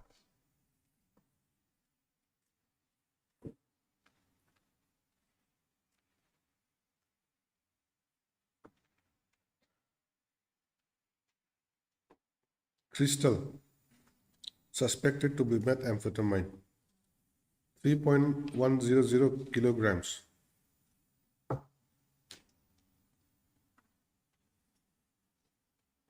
3.1 grams. And you are asking time for, My lord, service upon the respondent number 2 is unable to be completed till date because she resides in Myanmar. So we have written a letter to the Ministry of Home Affairs on What how about- to be served. yes, what about the others? The other two, my lord, they are represented. You are there for? Respondent 1 and 3, my lord. 1 and 3, good. You also have been discharged. Yes, my lord. 3 persons were arrested. Yes, my lord.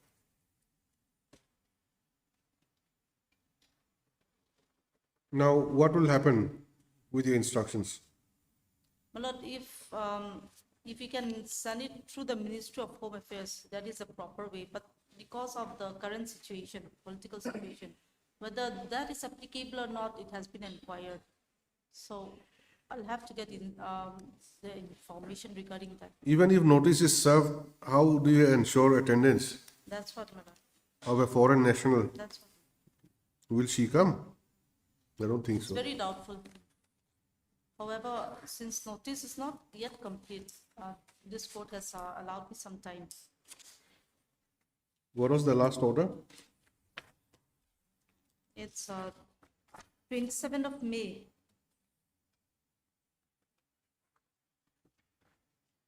You want only 2 days' time? 2 days time, my lord. Let me inquire about it, whether any reply has been received. from Okay, the judge. as paid for by Miss Linda L. Pombal, learned public prosecutor. Release the matter again on Thursday. Thursday. Give the date, huh? Thursday. That will be 23rd, I think. To enable her obtain instructions with regard to service of notice upon respondent number 2. So, Mr. Somdong Zela Thirum. Sorry? Somdong Zela. Mr. Mal Somdong Zela, learned counsel, appears for respondent numbers 1 and 3. Delay is not condoned, isn't it? Has it been condoned? No, my lord, I is still here. I still pending 56. What do you say about the delay? My lord, I have not received instruction from my senior.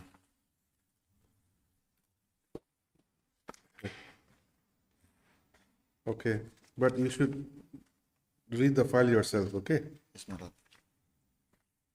Don't wait for instruction like that. Once you reach the court, you take out this file and read what is there. It appears that you have filed an objection to the IA, okay? You have objected to the condonation application. So now only what remains is number 2. We see Thursday. Item 18.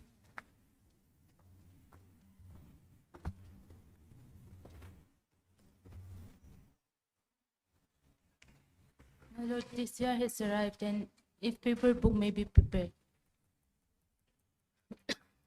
Just a minute, where is that counsel? He's gone. Mal Somdong Zela.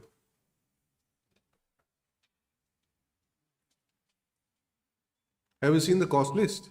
Yes, my lord. How is your name written? See? MS Mal Somdong My Zeli. name is not reflected in the cost list. You are Mal Somdong Zela. Yes, my lord. Then is there any other colleague of yours, Mal Yes. Somdong Zeli? Yes, my lord. Oh, okay. Then it's okay.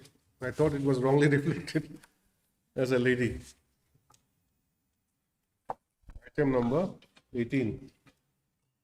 My lord, this year has arrived, and if paper book may be prepared. TCR. You are the appellant. My lord, Parties are represented by the respective councils, and it is seen that the TCR has arrived. Staff the learned counsel for the appellant submits that paperwork will be required. So accordingly, registry to prepare the paperwork at the cost of the appellant. And thereafter, list the matter for orders once the paper book is ready and served to the parties. Item 19.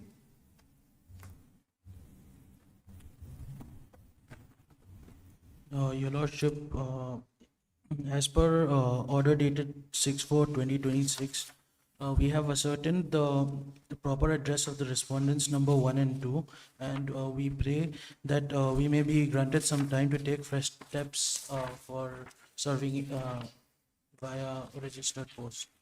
On respondent number?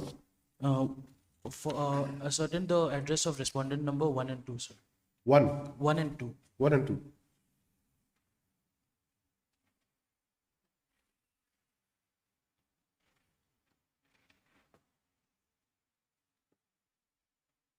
What is your good name?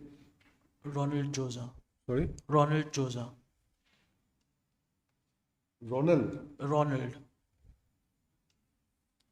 RONALD. Ronald, sir. Ronald. Yes, yes, Your Lordship. And thereafter? Choza. CHOZAH. Okay. Mr. Ronald Choza, learned counsel for the applicant, submits that they have ascertained the proper address of respondent numbers 1 and 2. And he therefore prays for how much time? 2 weeks time, Your Lordship. No. To take steps. Okay, 1 week's time, Your Lordship. We normally grant 2-3 days time. Why 1 week time also? That means you have not ascertained the address. We have ascertained and presented it to the court, Your Lordship. And therefore prays for some time to take fresh steps upon the said respondents. Accordingly, applicant to take steps within 3 days to serve notice upon respondent numbers 1 and 2 by speed post.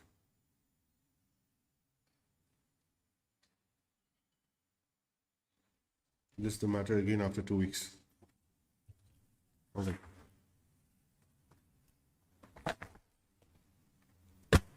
Item 20. 20. Please, my lord, this is an application for condonation of delay of 1,739 days in filing connected appeal.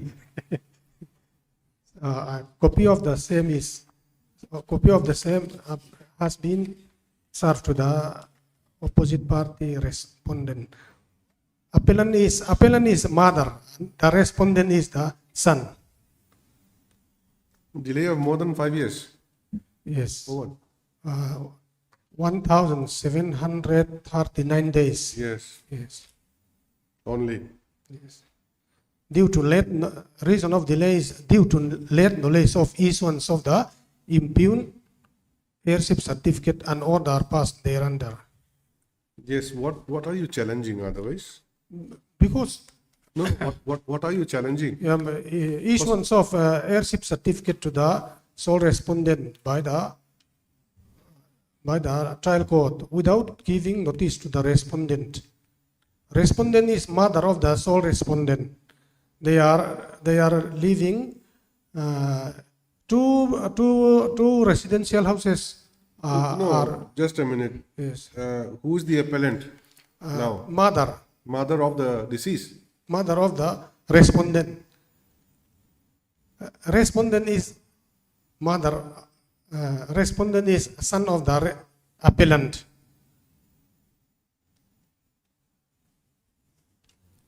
Mother and son claim heirship certificate at this stage.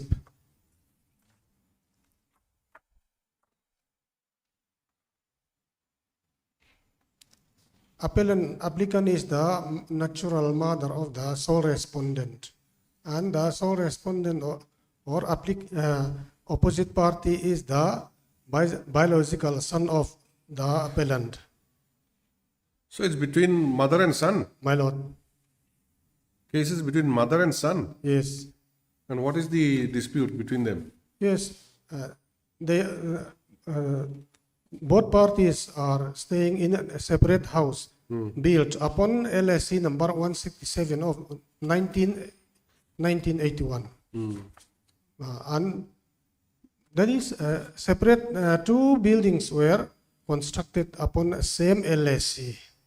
So, without the knowledge and consent of the respondent, heirship certificate was issued or taken by the respondent.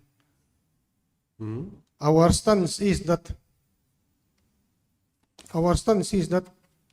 let the respondent obtain a separate LSC in his name. LSC 1981 belongs to whom? Initially, LT Zamanamte, father of the respondent and husband of the applicant. Eltizama Namte is in his name the LSC has been registered, My correct? lord, yes. Now the present applicant is whom? His wife? His wife, yes. Applicant is his wife. Yes. Eltizama is no more. Yes. He's No more. late. Yes. Appellant is his wife. Yes. Then the respondent is his son. His son, yes. Okay. So the respondent or opposite party has taken heirship Who certificate. applied for heirship certificate? Respondent. The son. Son. Son took the heirship certificate. Yes. Now you are saying that without my knowledge, he has obtained heirship Heirship certificate was submitted on 1st December 2020 and it was issued on the same day. Okay. So without any notice. Yes. Did you submit any no objection? No, because the said submission of airship certificate was not known to me because it was submitted on 1st December 2020 and it was also issued on the same day. So not sense of advancing any objection. What is the property standing on this LSE? House? House, two houses. Two separate houses? Yes, two RCC houses. One belonging to the respondent and the other belonging to, and the other built by the,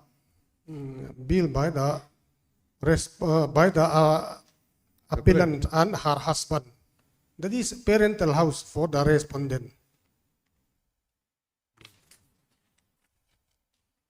Why mother and son has to fight like that? Yes. What do you say? Your Lordship, I seek 1 week time to file my objection. Objection to the IA? Yes, my lord.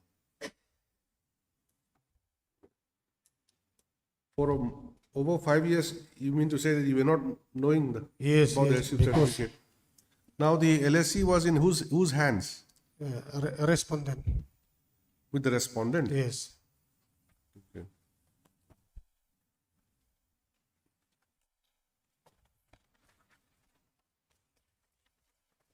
Is this the first time? Heard Mr. Lal Soirema. I'm sorry, Lal Ramtuanga, learned counsel for the applicant, who submits that by filing this application, the applicant seeks condonation of 1739 days delay in filing the connected regular first appeal. Next para, issue notice, returnable by 3 weeks. Mr. Malsom. Somdong Zera. Malsomdong Mr. Zera. Malsomdong Zera, learned counsel, appears and accepts notice on behalf of the sole respondent and prays for 3 weeks' time to file objection to the IA. Next para, in view of above, notice is complete on the sole respondent and 3 weeks' time is granted for filing objection as paid for. List again after 3 weeks. And you have filed your power. Yes. This has come for the first time. My lord, so far as I is concerned. And in the main, 3 times. 3 times. 3 times. Without condonation of delay, you. Because initially, date of knowledge is taken by the appellant as 4th September 2025 because it was on that day that she came to know the issuance of the said Okay. airship certificate. Since the date of knowledge was just recently, you thought there was no delay. Yes. So, Okay. All right. Item 11 from submission list. Item 11.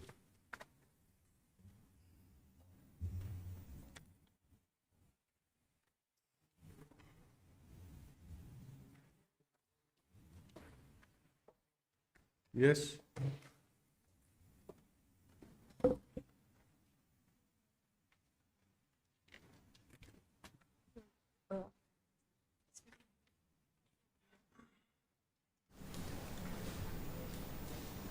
Your Lordship, I'm appearing on behalf of my senior, Ms. Valentina. Valentina. Item 11. Yes, correct. Yes, Your So? Lordship. So we are seeking some time to reply the affidavit filed by respondent 6 and 7 in HIDCL.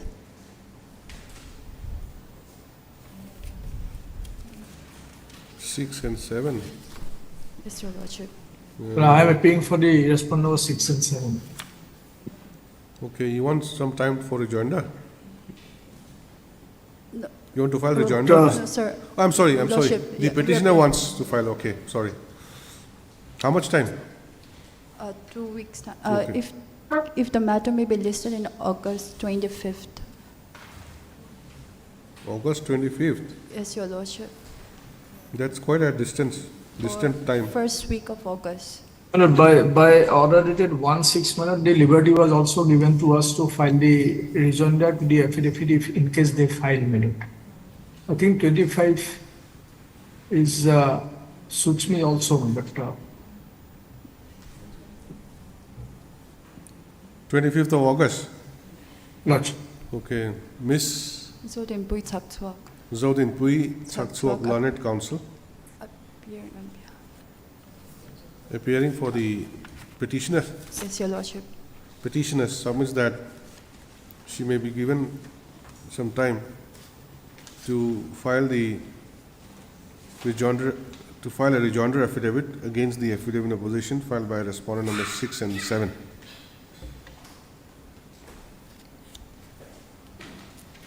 Praise allowed. As agreed to by the parties, let the matter be listed on 25th of August 2026. You're obliged. Item number 12.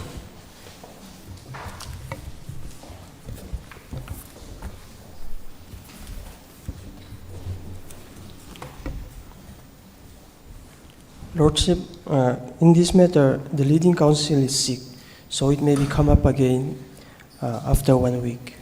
Leading counsel is sick? Yes, Who is the Lordship, leading counsel? Mr. Bilal Ramenga. Okay, Mr. Bilal Ramenga, learned counsel, is sick for the respondent. Sole respondent. Learned counsel for the sole respondent is said to be indisposed.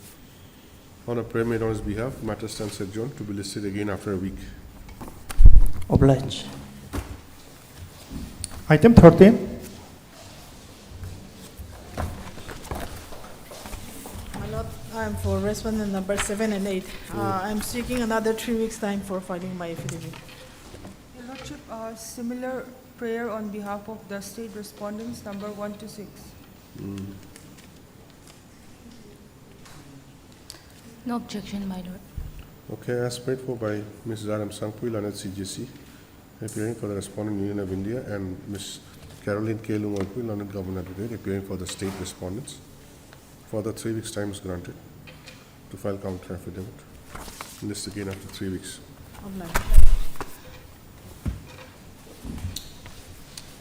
My lord, if I may, earlier in the morning I have mentioned item 10 of part 2, my lord, which was to be listed next week, my lord.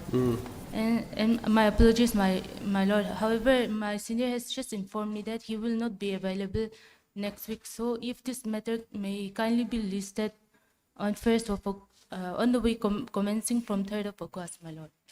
3rd August. Item 10, huh? My lord. As paid for on behalf of Mr. Ayar Malhotra, learned counsel for the appellant. This is the matter on 3rd of August 2026. Item 10, huh? I think there's already typed order. You have to replace that. Okay, somebody has taken it. 3rd August. Okay. Part 2 hearing. Item number 1 to 3. Part 3rd.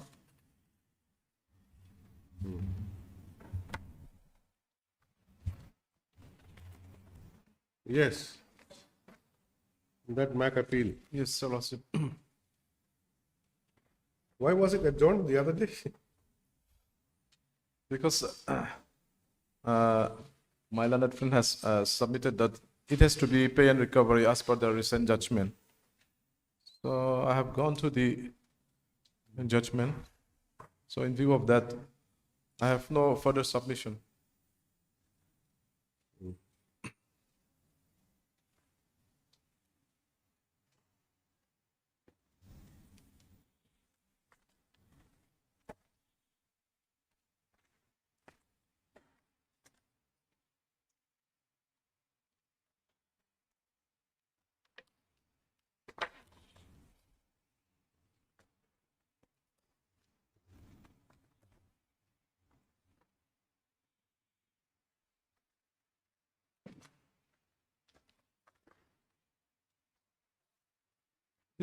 These three appeals are arising of the same accident, isn't it? Yes, Your Lordship.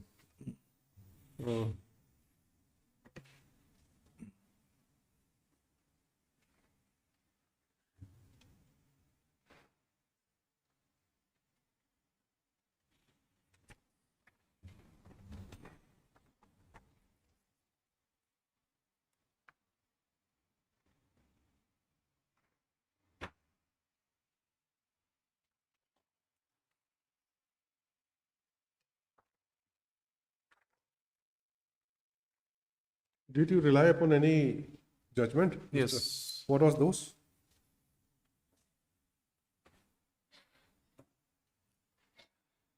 Lordship, those are, the first one is Oriental Insurance Company Limited versus Lucky Mai, Teron P and others. Oriental Insurance. Lucky Mai. Lucky Mai. Okay. And the other one is? No, just a minute. This was on which point? Since the policy. Okay, regarding her policy. Yeah. The policy Private Car Act policy. Liability only policy. And as such, the insurance company has no liability.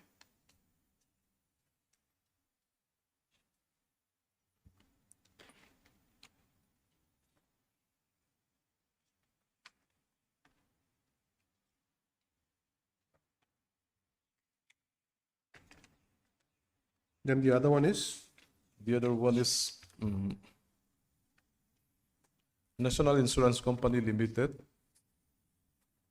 versus Bomiti. National.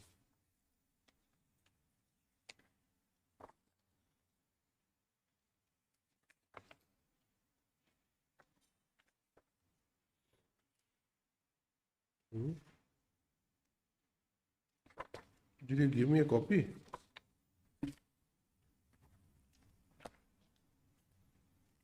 I don't see any copy of that.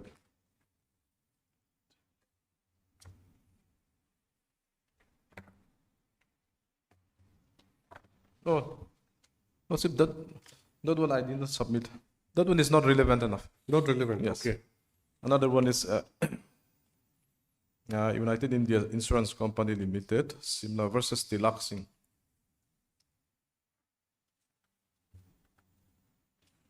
Tilaksing. Yes. This was regarding? That it confirms the Same previous point. one. Yes.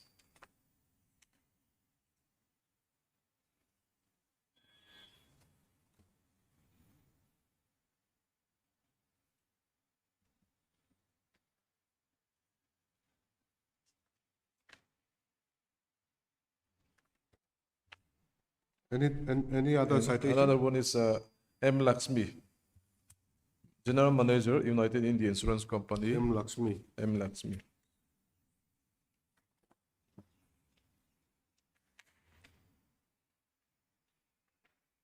This is also the same thing. Yes. And the last one is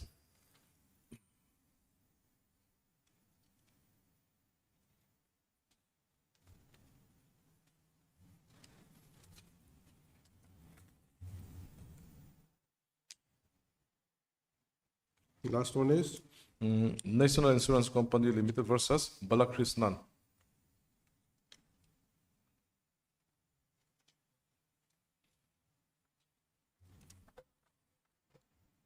That's all, honestly. Balakrish. This is also on that point only. Yes, that point.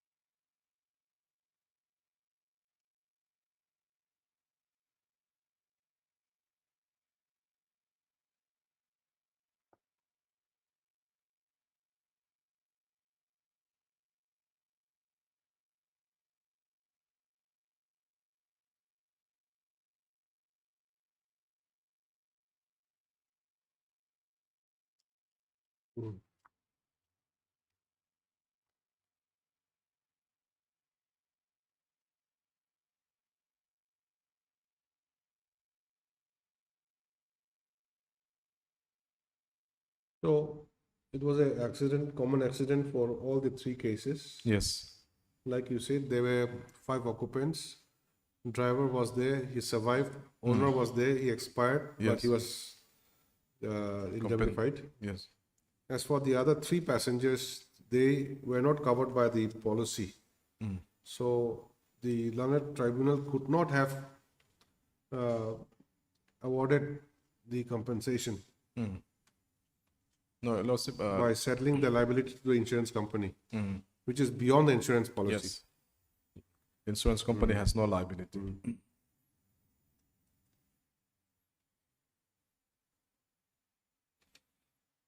Okay, that's your thing. Yes. And Mr. Johnny, you were relying upon which judgments? Lordship, Sunita and others versus United India Insurance Company Limited. Okay. That is reasons. This is pay and recover. Pay and recover, Lordship. Here also the insurance policy was the liability only policy and no additional premium was paid to the gratuitous passengers. And all, but the Supreme Court says that the pay and recover, the principle of pay and recover needs to be adopted. So that is my case. On that pay and recover thing, how is it stated here? The relevant para? Relevant para is Lordship, starting from 11, 12, 13, 14, 15, 16, 17, 18.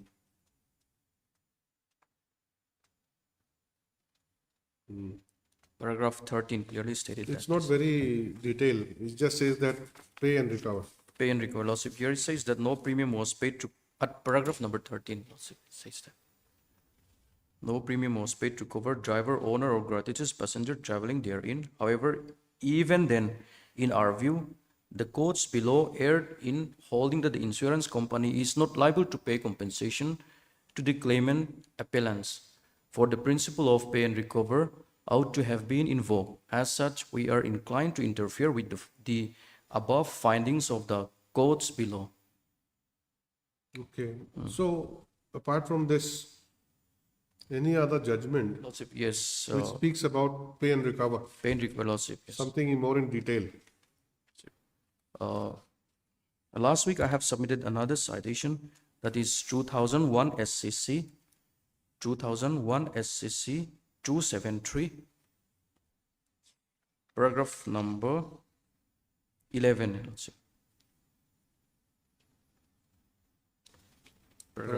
Paragraph 11, Lordship. And apart from that, I have some more citation. Let us just see paragraph 11. Yes.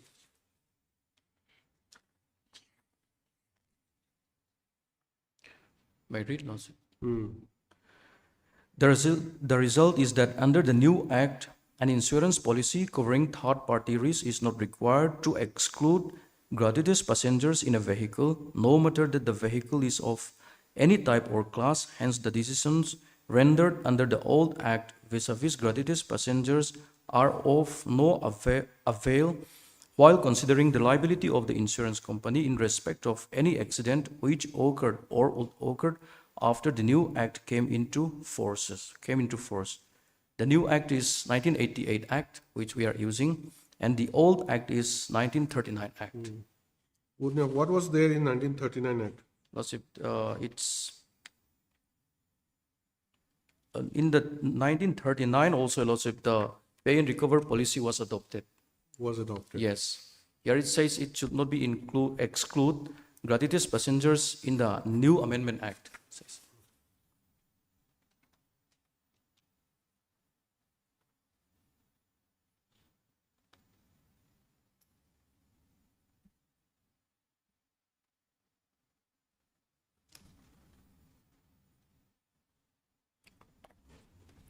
It's not a new act also. The act is of 1988. Yes, 1980.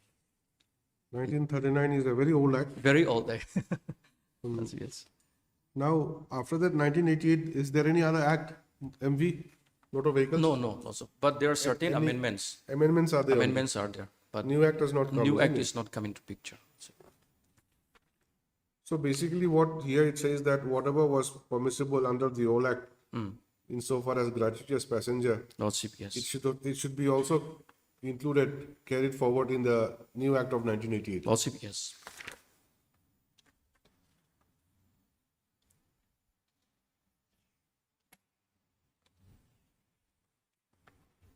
And another citation, Lordship, 2013, 7 SCC, 2017, 7 SCC, 2017. 7 SCC, page 62.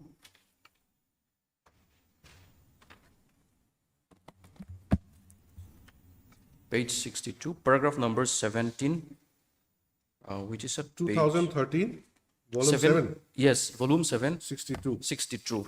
Paragraph? Paragraph 17, 18, 19, which is at page 76. Please read. Regarding the provisions of sections 146 and 147 of the Motor Vehicles Act, it is evidently clear that in certain circumstances the insurer's right is safeguarded, but in any event the insurer has to pay compensation when a valid certificate of insurance is issued, notwithstanding the fact that the insurer may proceed against the insured for recovery of the amount.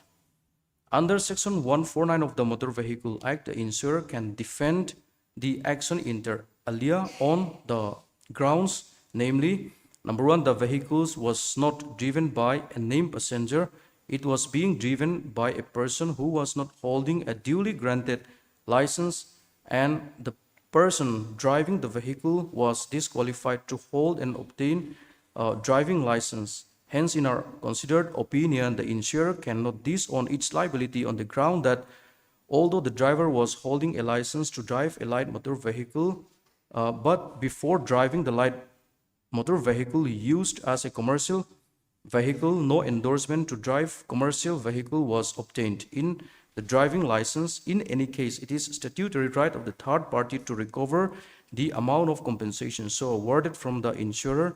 It is for the insurer to proceed against the insured for recovery of the amount in the event there was been violation of any condition of the insurance policy. In the instant case, the instant case may not be valid. Here, in this case, driving license is not valid. So, I may take to paragraph 19. Therefore, we therefore allow this appeal, set aside the impugned judgment of the High Court, and hold the insurer is liable to pay compensation so awarded to the defendants of the victim of the fatal accident. However, there shall be no order as to the cost.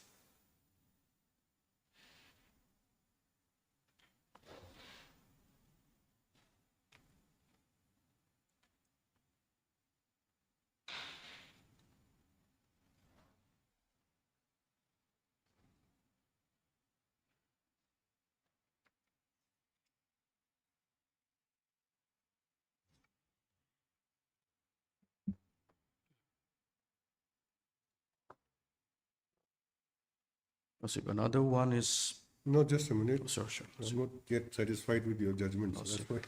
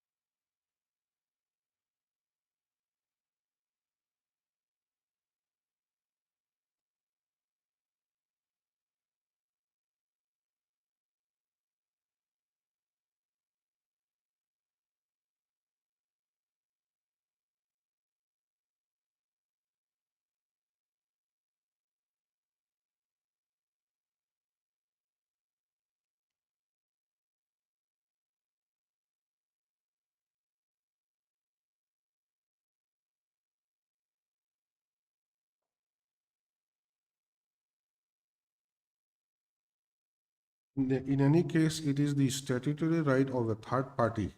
Who is the third party?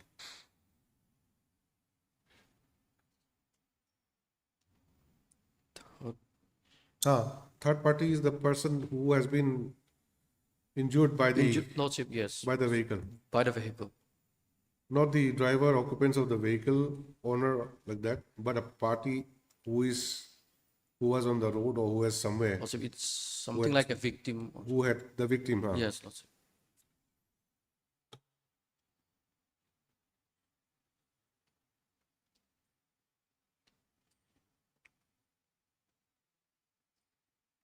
The insured is the deceased.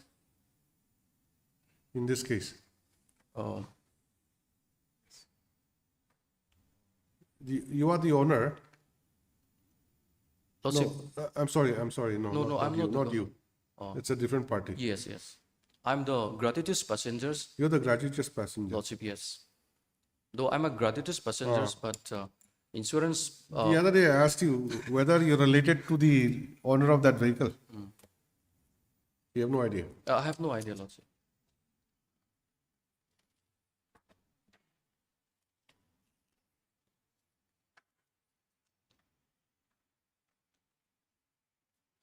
Any other citation? Lordship, yes. 2017 for SCC. On the same point? Yes, on the same point. Gratuitous passengers in the offending vehicle. More or less the same in Lordship. 2000? 2017 for SCC. 796, page number 796. Paragraph? Paragraph 17, 18, and 19. Paragraph 17 is the relevant, which is at page 801. Lordship. The facts of the case at hand are somewhat identical to the facts of the case mentioned supra, because here also we find that the deceased were found traveling as gratuitous passengers in the offending vehicle. It was for this reason the insurance companies were exonerated. In such and such case, also having held that the victim was gratuitous passengers, this court issued directions against the insurer of the offending vehicle to first satisfy the award sum and then recover the same from the insured in the same proceedings. That is. And also there's a recent judgment which is 2026. It's not available in the SCC, Lordship. I may be allowed to submit. What does it say? Lordship, here also that pay and recover, it was reaffirmed, the pay and recover.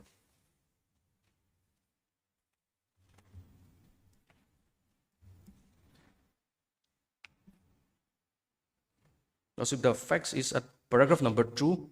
Here the learned tribunal had not directed the insurance company to pay first and recover the same. Then, the learned tribunal had directed the insurance company to pay first the amount of compensation to the claimants. Paragraph 2, Lordship. The facts is at paragraph number 2. Read, please read.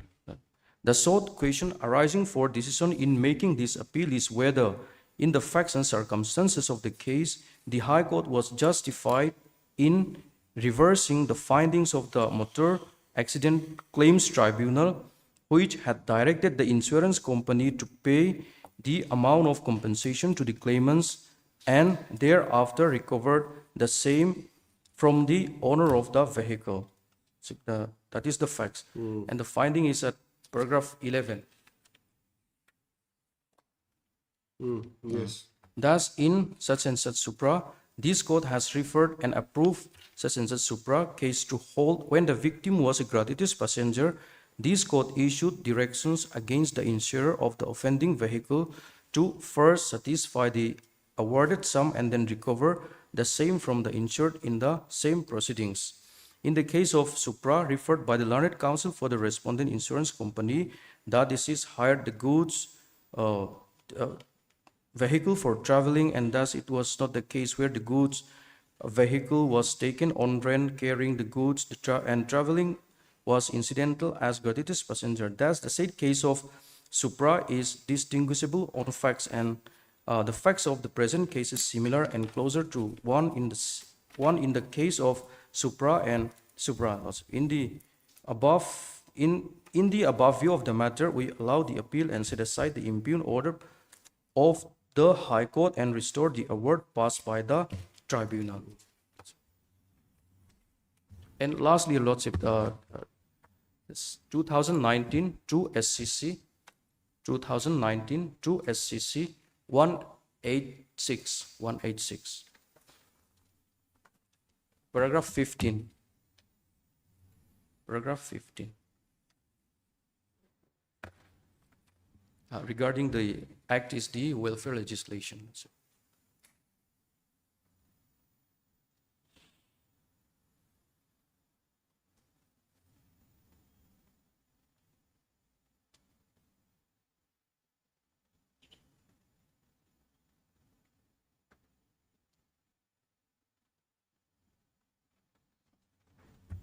Paragraph 15. 15, Your Lordship, 1.5. Yes, so beneficial legislation then, so? Lordship, since it is a beneficial legislation and a victim of the motor accident who suffers bodily injury, and that has to be provided some assistance. And there's an individual, the bread earner, died in the motor accident, where the innocent, and on the other side, the insurance company, who is the benefit company, Lordship. So the pay and recover should be adopted. No, beneficial legislation, I don't think there's any dispute. Lordship. But even just because it's a beneficial legislation, does it mean that in every case insurance will pay? No, Lordship. So anyway, Yes. these are all the judgments. Lordship, correct? yes. See, we'll come back at 2 and I'll dictate in the open court the judgments, okay?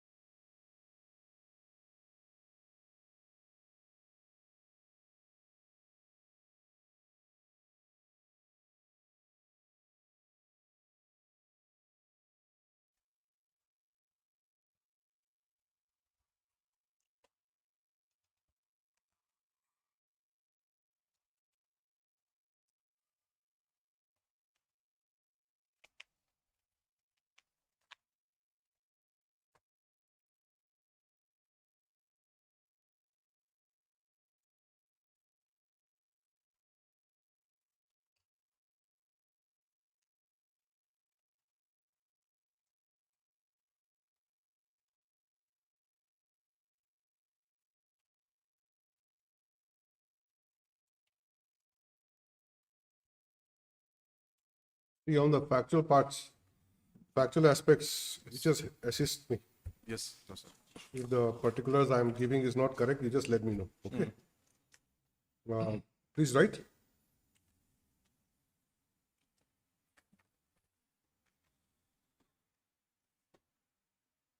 This order will dispose of all the above appeals.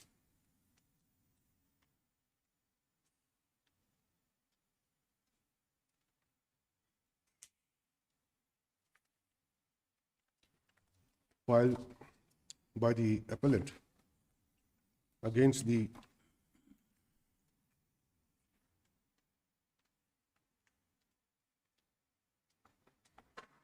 judgment and order dated 18/10/2024.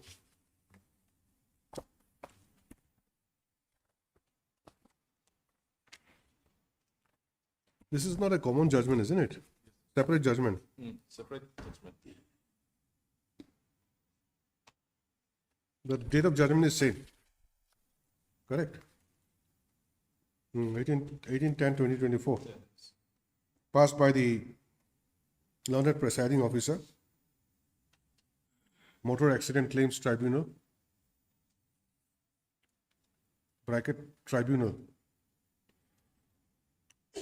in MSCT case number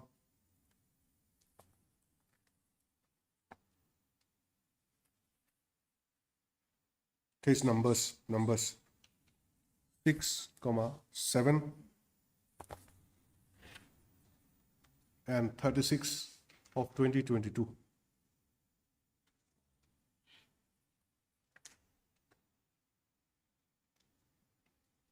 Stop. Be it stated herein that although the learned tribunal has rendered 3 separate judgment and order, but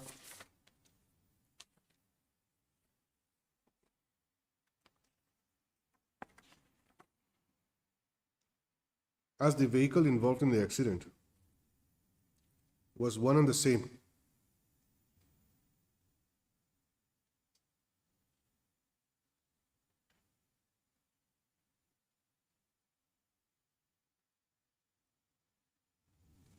but with separate claims by the occupants of the vehicle,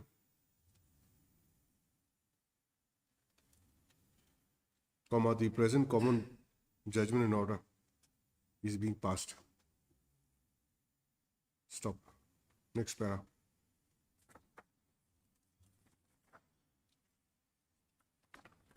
Heard Mr. Kelaldin Liana, learned counsel for the appellants, and Mr. Johnny L. Tochong, learned counsel for the Respondent number 1 and 2 in make appeal. in all the cases 1 and 2. All the cases, Lordship, in make appeal number 2, I'm for the respondent number 1. Just a minute. Respondent number Respondent in number make appeal 1. in make appeal, I'm for respondent number 1 and 2. Okay. For the respondent number 1 and 2 in make appeal 1 of 2025, respondent number 1 in make appeal number 2. 1 in MAC appeal number 2 of 2025, and for respondent number 1 and 2 in make appeal 1 number and 2 in MAC appeal number 3 of 2025. Who is number 2 in that case? The owner of the One is the owner of the accident vehicle and the other one is the driver. 1 in MAC appeal 1. What is the name of the owner? Name of the owner? Name of the owner is Nalram Thara. Nalram Thara. Since he was expired, he was represented by his son Nalthamwana. Notice has been served? Yes, Lordship. That's the service was. Stop. None appears for the respondent vehicle owner, represented by his legal representative. and also for the driver of the accident vehicle, despite service of notice. Stop. Next para.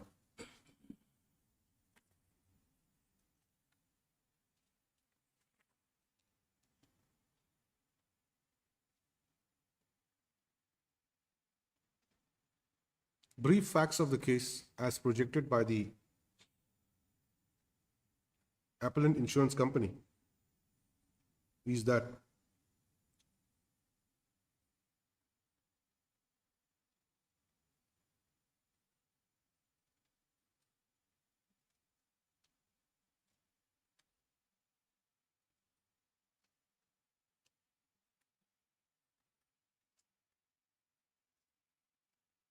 one Maruti Wagon R car bearing registration number MZ01 J-4141 belonging to Shri Nalram Thara bracket owner and driven by Lal Chuan Oma bracket driver on 9/12/2018 at 7:30 a.m. while coming from Aizawl towards Lamka, Manipur, met with an accident on the outskirts of northeast Khodungsei village, in between Ngopa and northeast Khodungsei village, at approximately about 2 kilometers from northeast Khodungsei.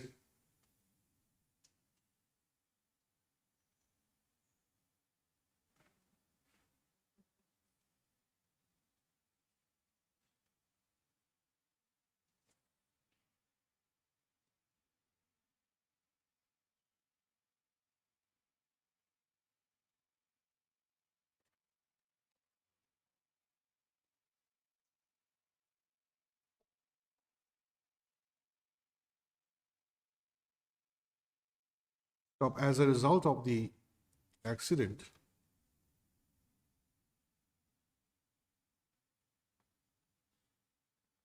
4 out of the 5 occupants of the vehicle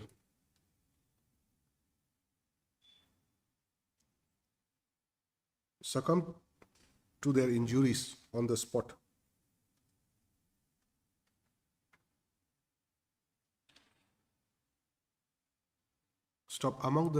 Amongst the deceased, the vehicle owner,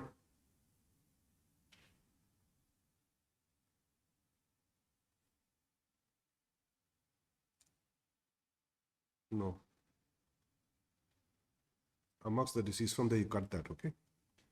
The vehicle owner, what is his name? Nalram Thara. Nalram Thara. Yes, Your Lordship. Was amongst one of the deceased persons. So, however, the driver of the vehicle, Sri Lal Chuanoma, was he injured? Survived? Yes, survived. Survived. Next para. As a result, the legal heirs of the deceased persons filed a claim for compensation before the tribunal under Section 166 of the Motor Vehicles Act, 1988, bracket as amended, close bracket, open bracket again, MV Act, close bracket.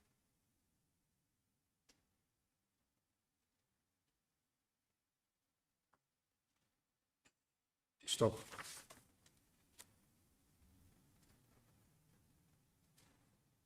The claimants arrayed the appellant insurance company,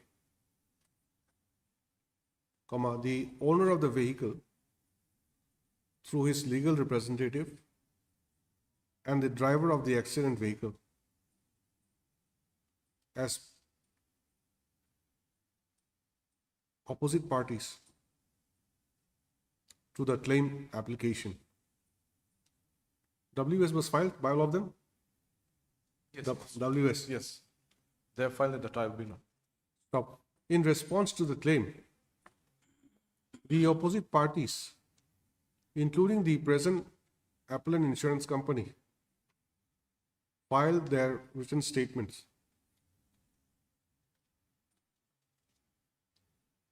Denying their liability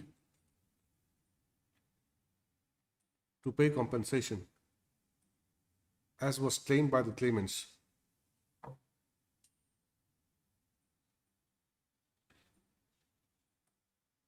Stop. It was the case of the owner of the accident vehicle as well as the driver of the accident vehicle that since the vehicle was validly insured with the appellant insurance company,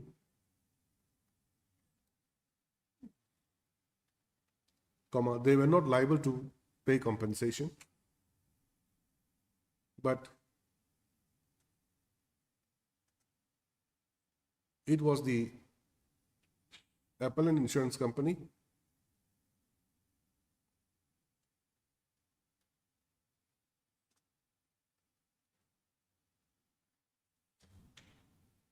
who was to indemnify for the deaths of the deceased persons.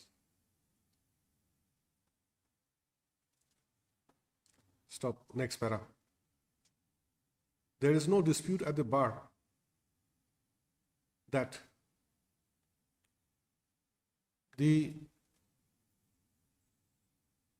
claim application filed by the owner of the vehicle in question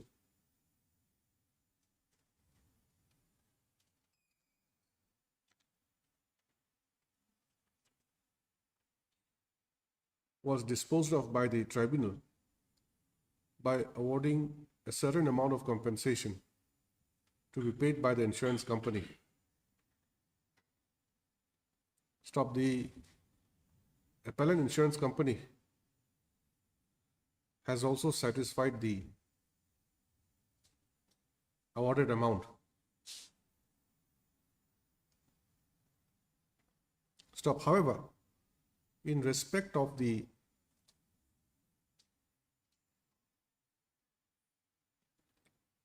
three passengers of the vehicle,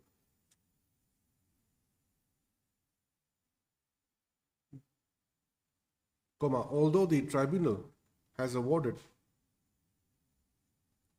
compensation through the impugned judgment and order,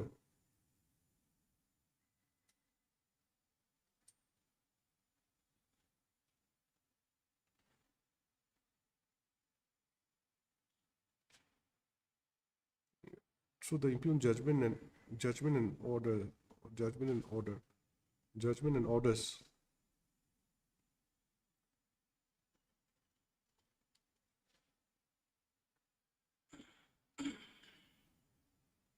impugned in the instant appeals,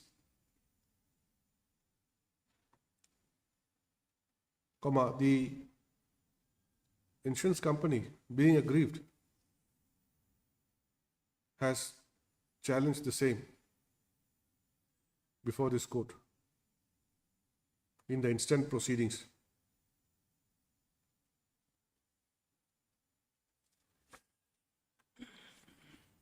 Next para.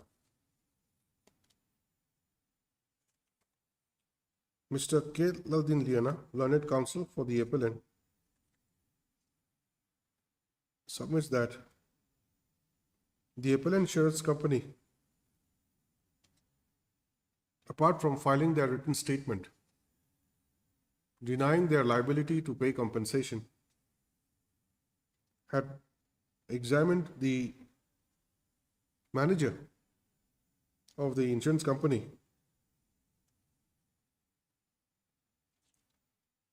as their witness.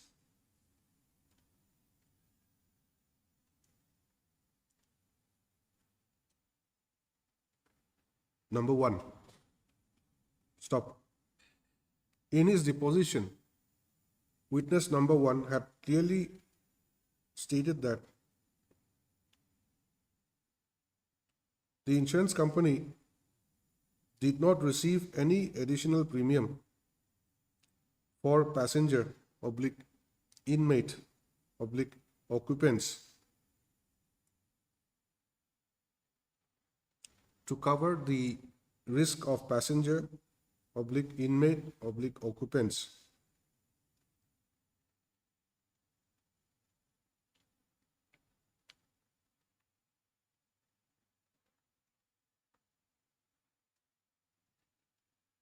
stop. In fact,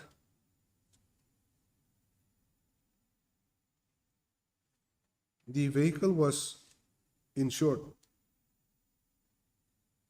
under private car dash liability only policy.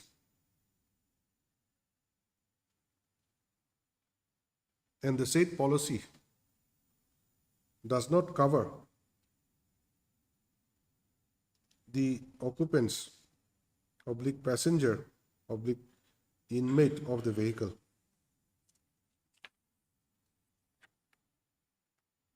Stop. Under the circumstance, the appellant insurance company is not liable to pay compensation to the claimants.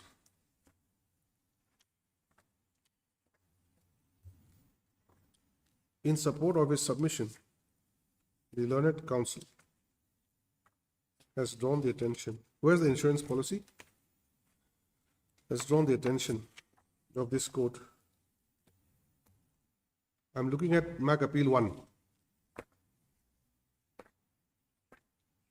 Have you annexed it somewhere? Was annexed to the appeal, but it has been referred in the trial court record, the tribunal court record. Where's the tribunal record? MAC Appeal 1.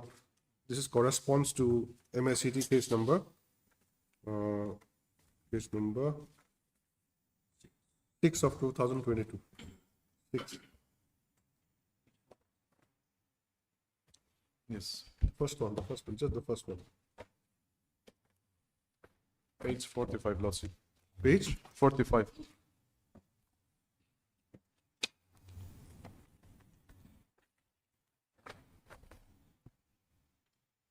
This was annexed by the claimant. Yes, annexed by the claimants as well as the insurance company also.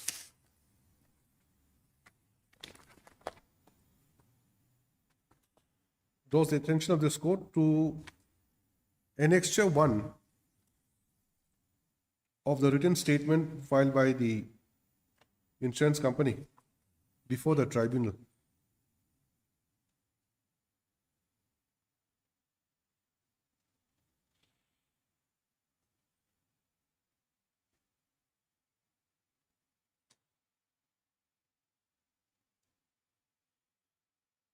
Stop.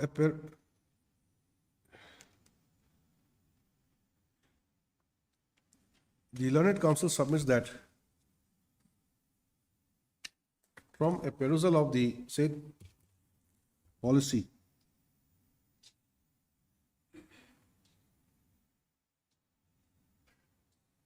it can be seen that what is this restricted TPPD cover? Third party property damage. It can be seen that the policy covers 3 things, namely third party,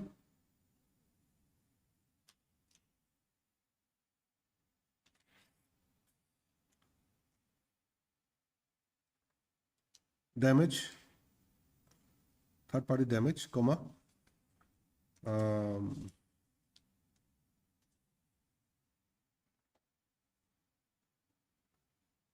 the owner driver and Paid driver. to the paid driver. And for which a premium of how much? 1,900. Premium, a total premium of 1,900 rupees, 1,900 is paid by the insuree, double E, insuree.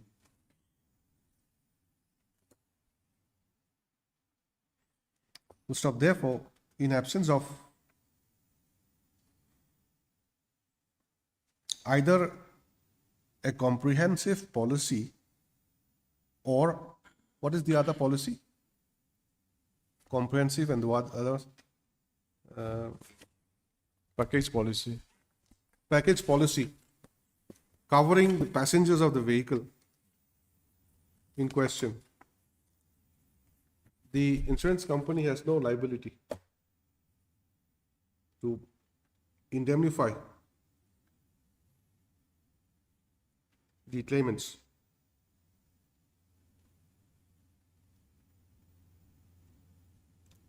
Stop. Insofar as the owner of the vehicle is concerned, since he is covered by the policy taken by him, the compensation awarded by the tribunal was duly paid to him. Stop. The same would not be similar in respect of the passengers of the accident vehicle, who in fact are gratuitous passengers.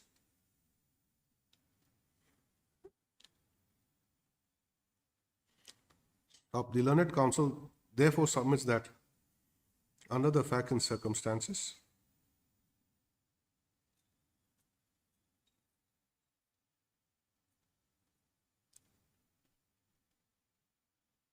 the appellants have no liability to pay compensation to the claimants,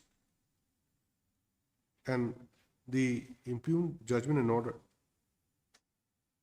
fastening the liability to the insurance company should be set aside by this court. Stop. In support of his submission, the learned counsel has relied upon the following decisions, colon dash. Next line, number 1. Oriental Insurance Company Limited versus Srimati Lakhimai Teronpi and others, 2024 1 TAC 329 bracket GAU. Number 2, United India Insurance Company Limited versus Tilak Singh and others, 2006 2 SCC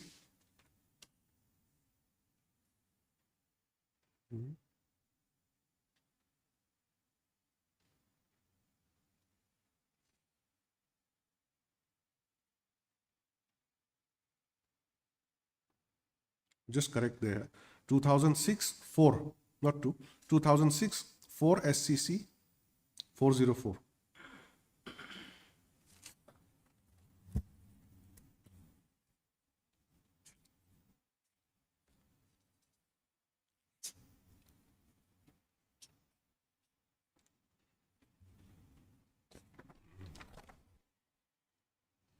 Next, number 3, General Manager, United Insurance Company Limited versus M. Lakshmi and others,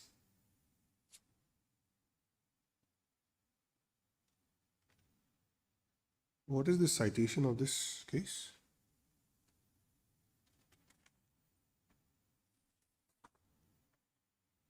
Mr. Dinliana. Lordship, That Lakshmi case, it's citation is. is it reported Yes, anywhere? it has been written that it was decided on 14/11/2008.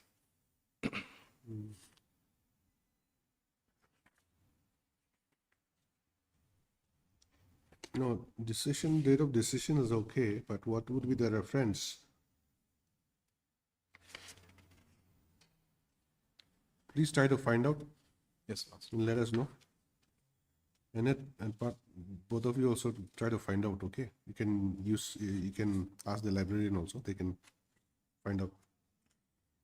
Either TSC or AIR or SEC, whatever, we should put the reference. Then number 4. National Insurance Company Limited versus Balakrishnan and another.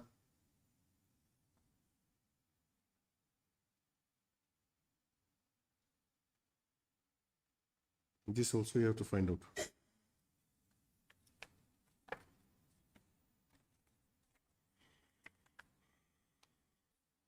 Next para. Per contra, Mr. Johnny L. Tochon, learned counsel, submits that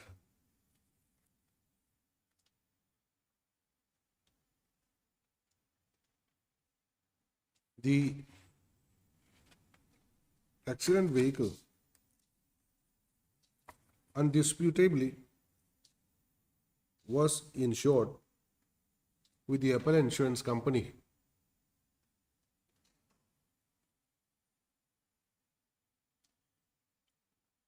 And the accident happened during the validity of the insurance policy.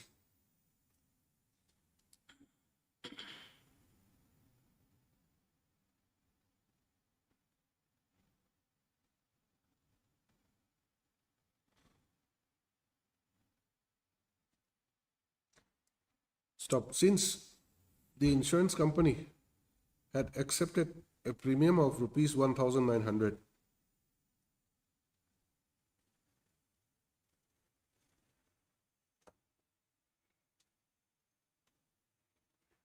to insure the vehicle,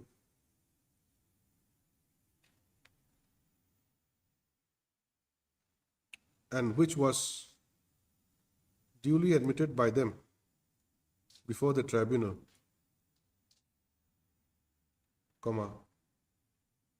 the appellant insurance company cannot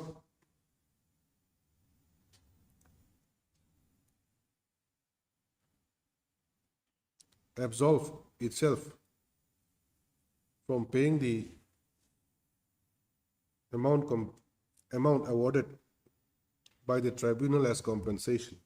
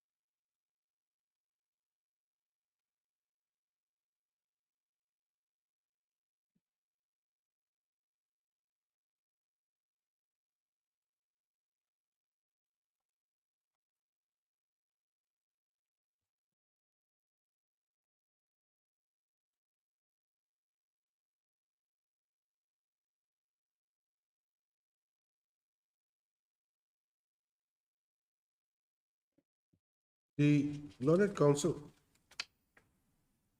submits that even if the contention of the appellant insurance company that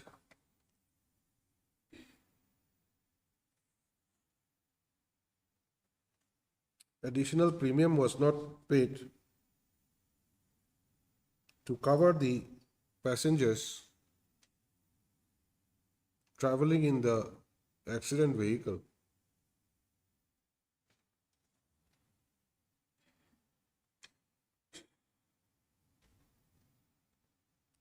it is an established principles of law enunciated by the apex court that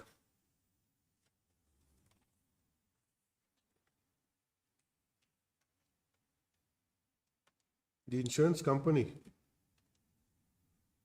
though not liable to pay the compensation,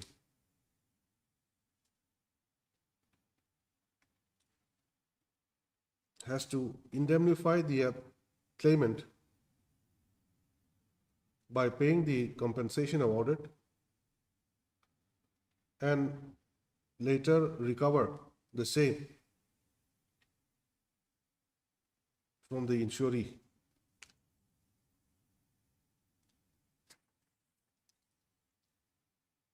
He submits that the MV Act, being a beneficial legislation,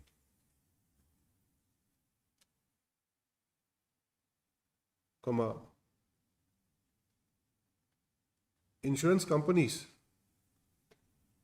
who run for profit are required to come to the aid of the claimants.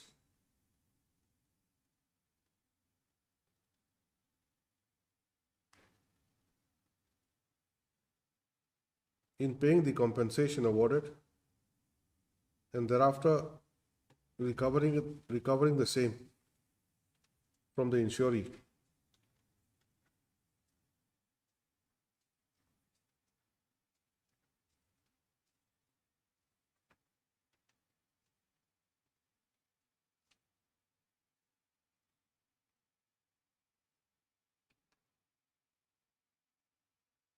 He submits that it is not even the case of the appellant that there was no insurance at all for the car which met with the accident, but it is only a case of non-payment of additional premium to cover the passengers of the car.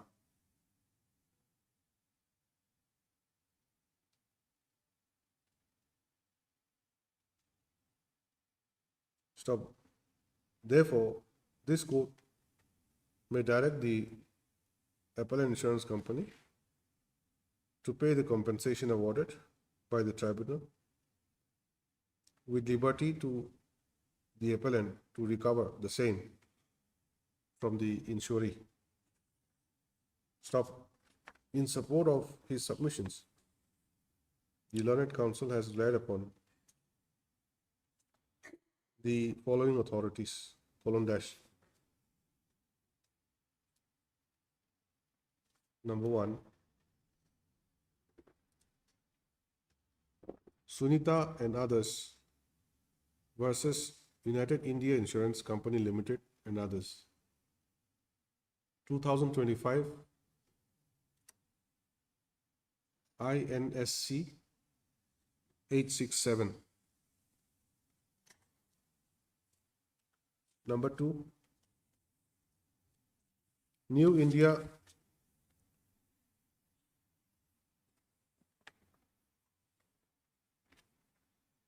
Assurance Company versus Satpal Singh and others. 2000 Volume 1 SCC 237. Next, number 3,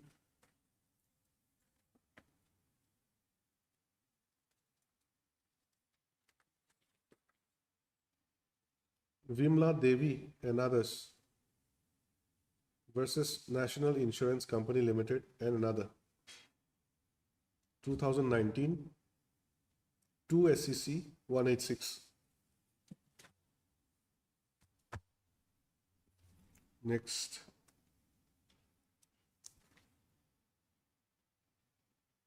Manwara Khatun and others versus Rajesh Kumar Singh and others. 2017, 4 SCC 796. Next.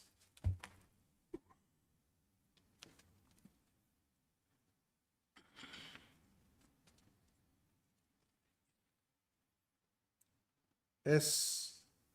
Iyapan, IYYAPAN, Iyapan versus United India Insurance Company Limited and another.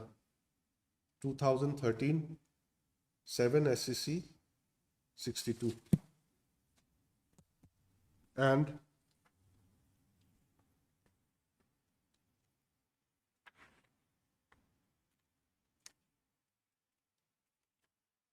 order dated 11/2/2026, rendered by the Apex Court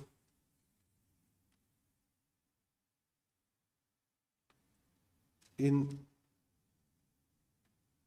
Civil Appeal number dash of 2026, arising out of SLP bracket C number 21802 slash 2023, open bracket,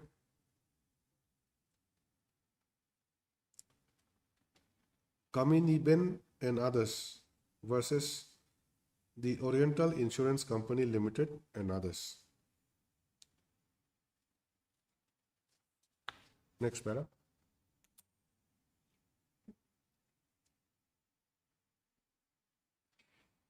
I have heard the submissions made by the learned counsels for the rival parties, and I have perused the materials available on record.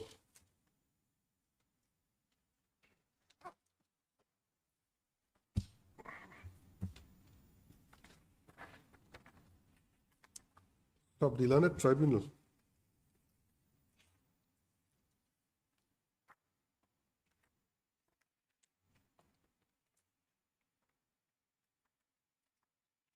in MSCT case number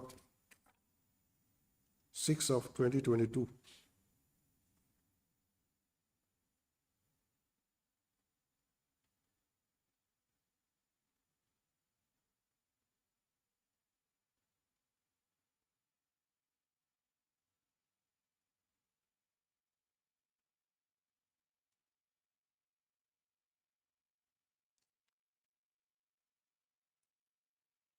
you do one thing. Said the learned tribunal in, after that you just add the learned tribunal in MAC appeal number 1 of 2025, corresponding to, then that number, okay, corresponding to MSCT case number 6 of 2022. Under the given facts and circumstances of that case, had awarded a sum of rupees 17,36,520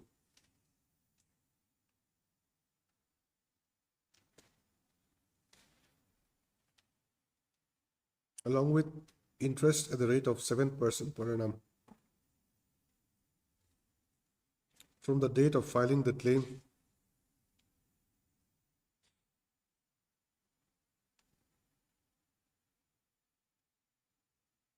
that is 25/2/2022 to the claimant.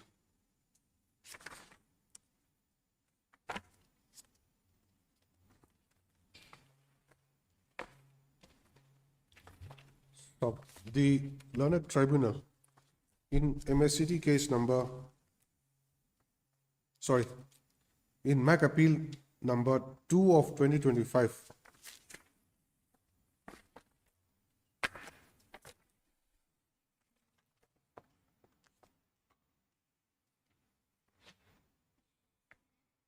corresponding to MSCD case number 7 of 2022. In the given facts and circumstances of that case, had awarded a sum of rupees 1,53,000 along with 7% interest per annum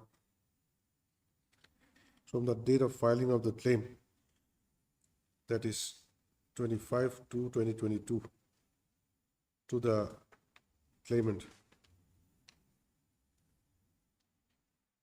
and the amount is to be satisfied by the appellant insurance company.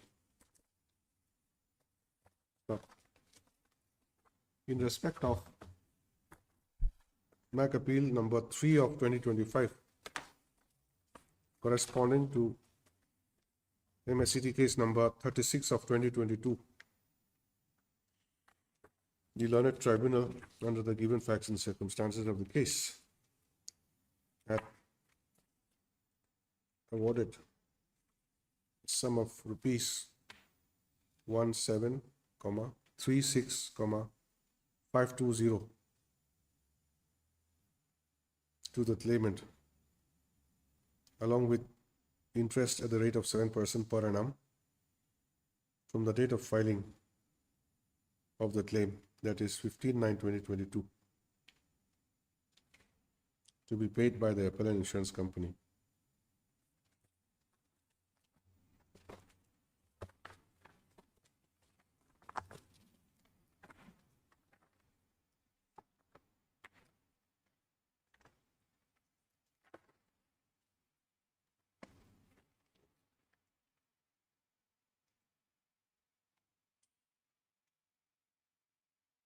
Calculation is same.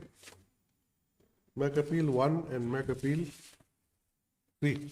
Yes, Your Lordship. Amount is same. Amount is also similar. How come? Lordship, the age is Age, nature of work, everything is same. Yes. Actually, that both of them are stating that they are from the fruit seller, but the tribunal stated that income was not proof. So it was taken the minimum wages for 20. Then age is, one is 48 and another is 49 years of age. So multiplier are also Multiplier also same. Yes. Next para. From the above projection of the appellant insurance company, it can be seen that the appellant has not denied the fact that the accident vehicle was duly insured with it, but the insurance was in respect of third party liability, owner cum driver, and the engaged driver.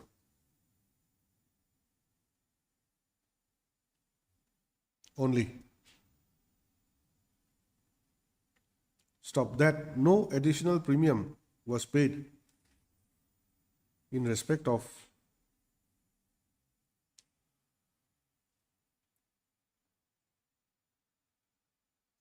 passengers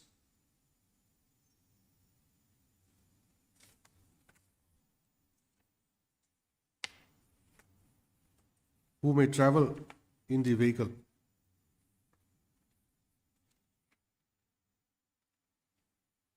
And such being the position, it does not have the liability to indemnify the other passengers who can be termed as gratuitous passengers.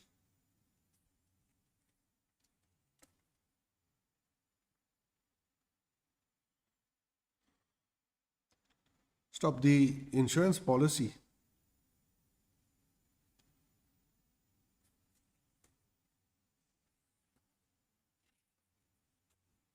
insuring the accident vehicle was annexed and exhibited by the claimants as well as the OP insurance company in their written statement before the tribunal. Stop. From a perusal of the same, it is clear that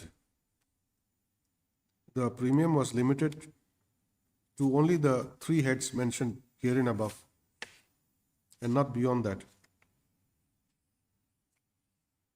Stop. Under the circumstance, the insurance company cannot be held liable to indemnify those persons who are not covered by the policy.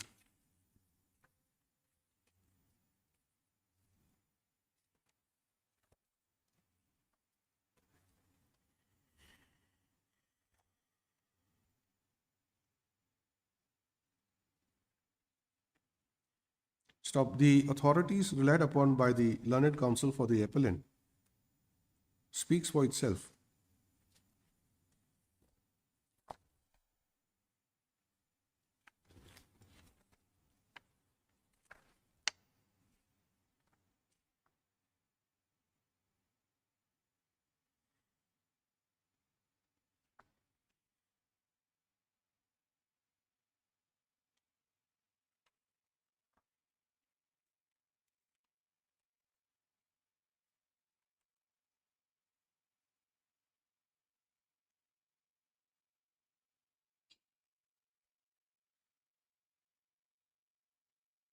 Of the apex court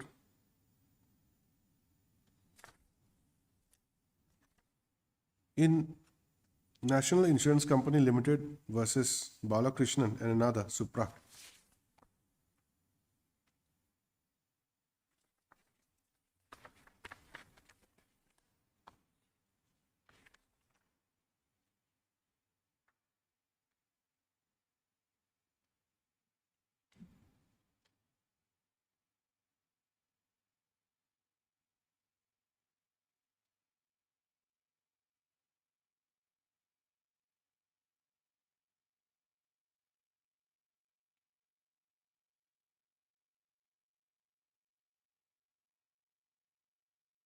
held that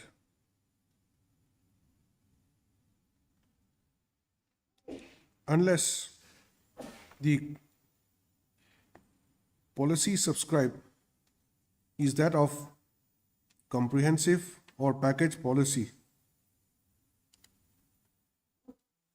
the insurance company cannot be held to be liable to compensate occupants of the vehicle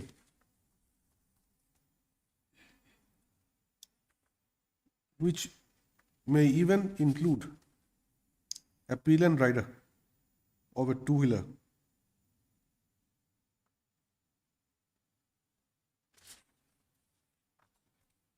Stop. However, while such is the position as regards the liability of the insurance company,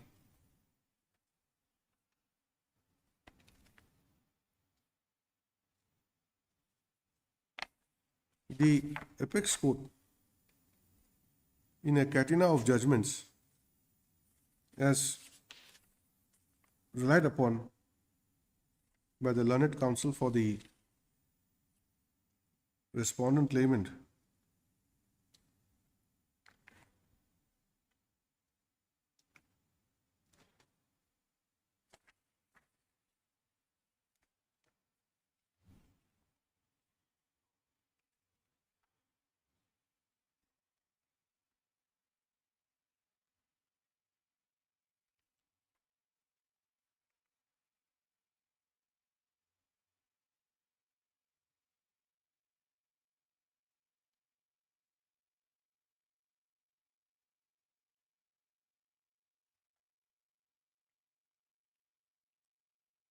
has held that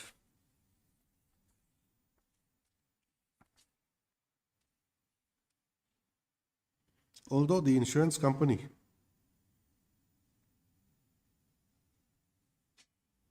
is not liable to indemnify a gratuitous passenger, but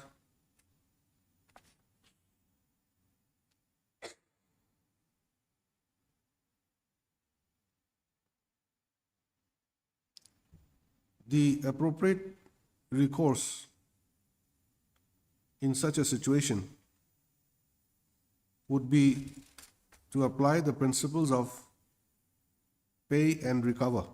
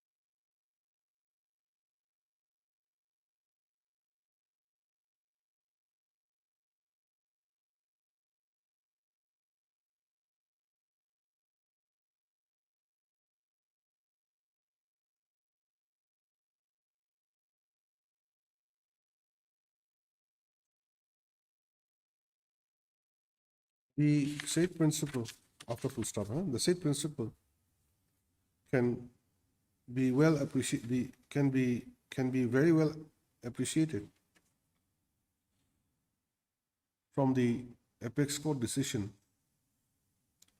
rendered in Manwara Khatun and others, Supra.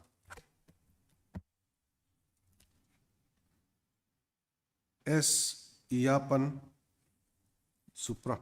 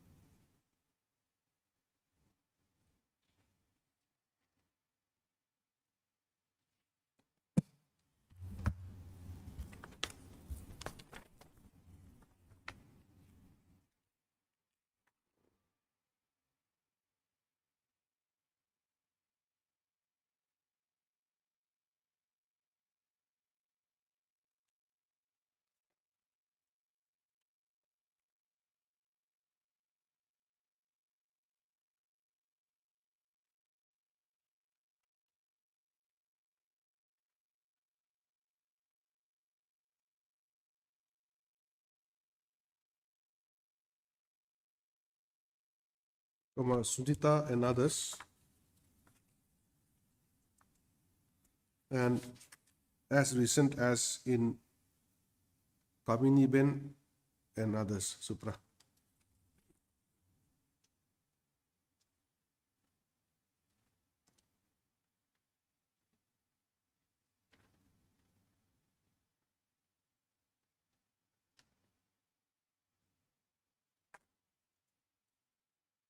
Stop. Therefore, having regard to the state authorities,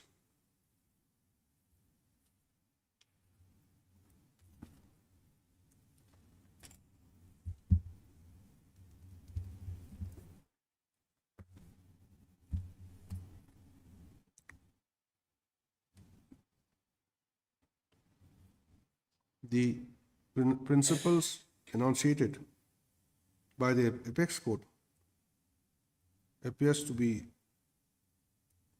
squarely applicable to the present appeals. Stop. Therefore, even if the appellant insurance company would be not liable to pay, would not be liable to indemnify the insurees, to indemnify the claimants, but it would be required, but it will have to satisfy the awarded amount, and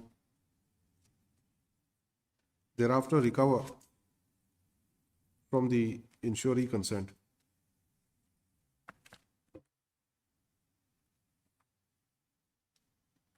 Stop. Therefore, under the facts and circumstances of the case,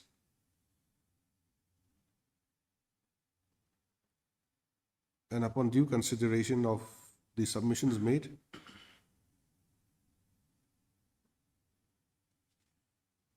and the authorities cited by the rival parties, this court is of the considered view that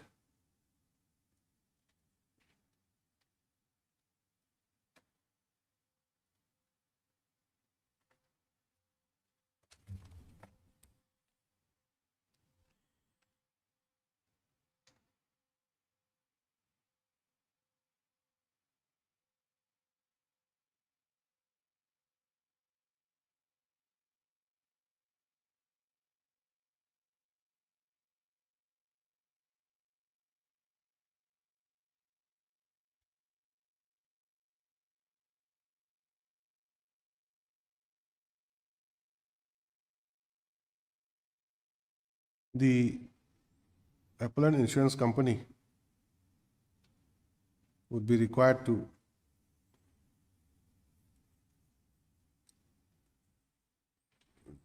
deposit the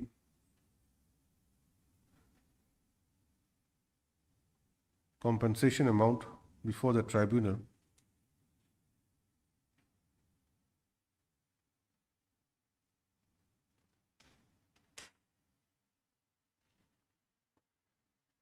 as was directed by the tribunal,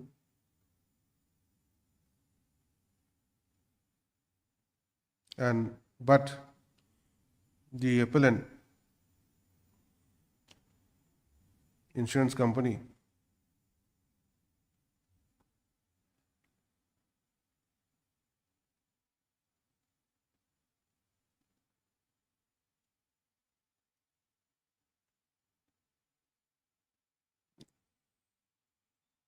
can take necessary steps to recover the awarded amount from the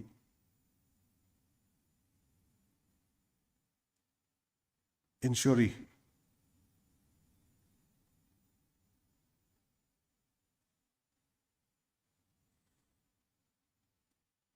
Anything else to be added? One prayer regarding that statutory deposit. A sum of rupees 25,000 each has been deposited as a statutory deposit at the time of filing the appeal. Okay. So that deposit may kindly be allowed to withdraw. Okay, the last part, no? One more line, not full stop. Recover in accordance with law. Stop.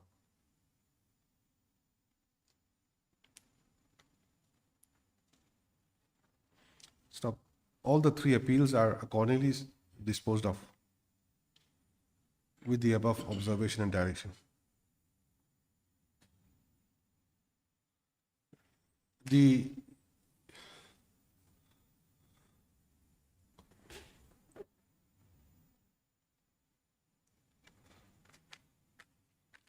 statutory deposit made by the appellant insurance company before the registry of this court be refunded. No, lots of statutory deposit, along with interest, if any, if it's possible to add. Along with interest, if any. Thank you. To the insurance company, appellant insurance company. And in Lordship, is a time frame may be given for the payment of the awarded amount? Time frame in the sense that, I just say that as directed by the tribunal. You see, tribunal had given 1 month. 1 month. Now, there's also another catch. If they don't deposit, the interest will keep on going. Lordship, 7% till payment. till payment.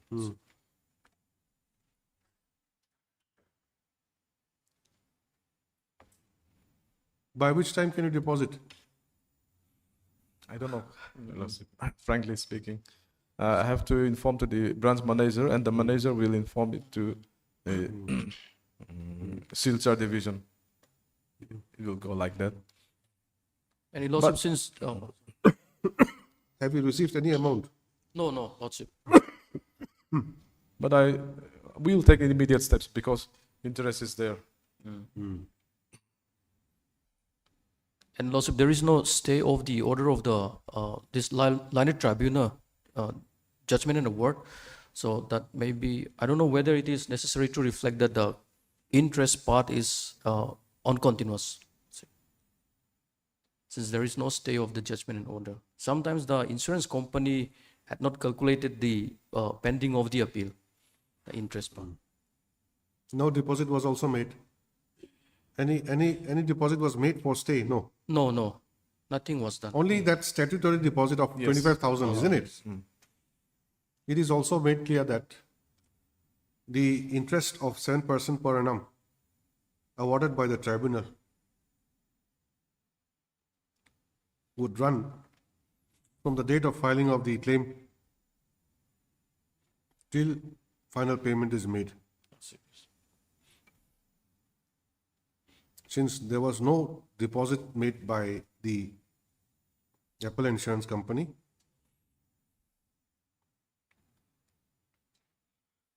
during the pendency of the appeal, except for the statutory fee. Okay. Once they type it out, I'll just fine tune it a bit. Okay. That is Thank the you. order. Thank you, Lordship.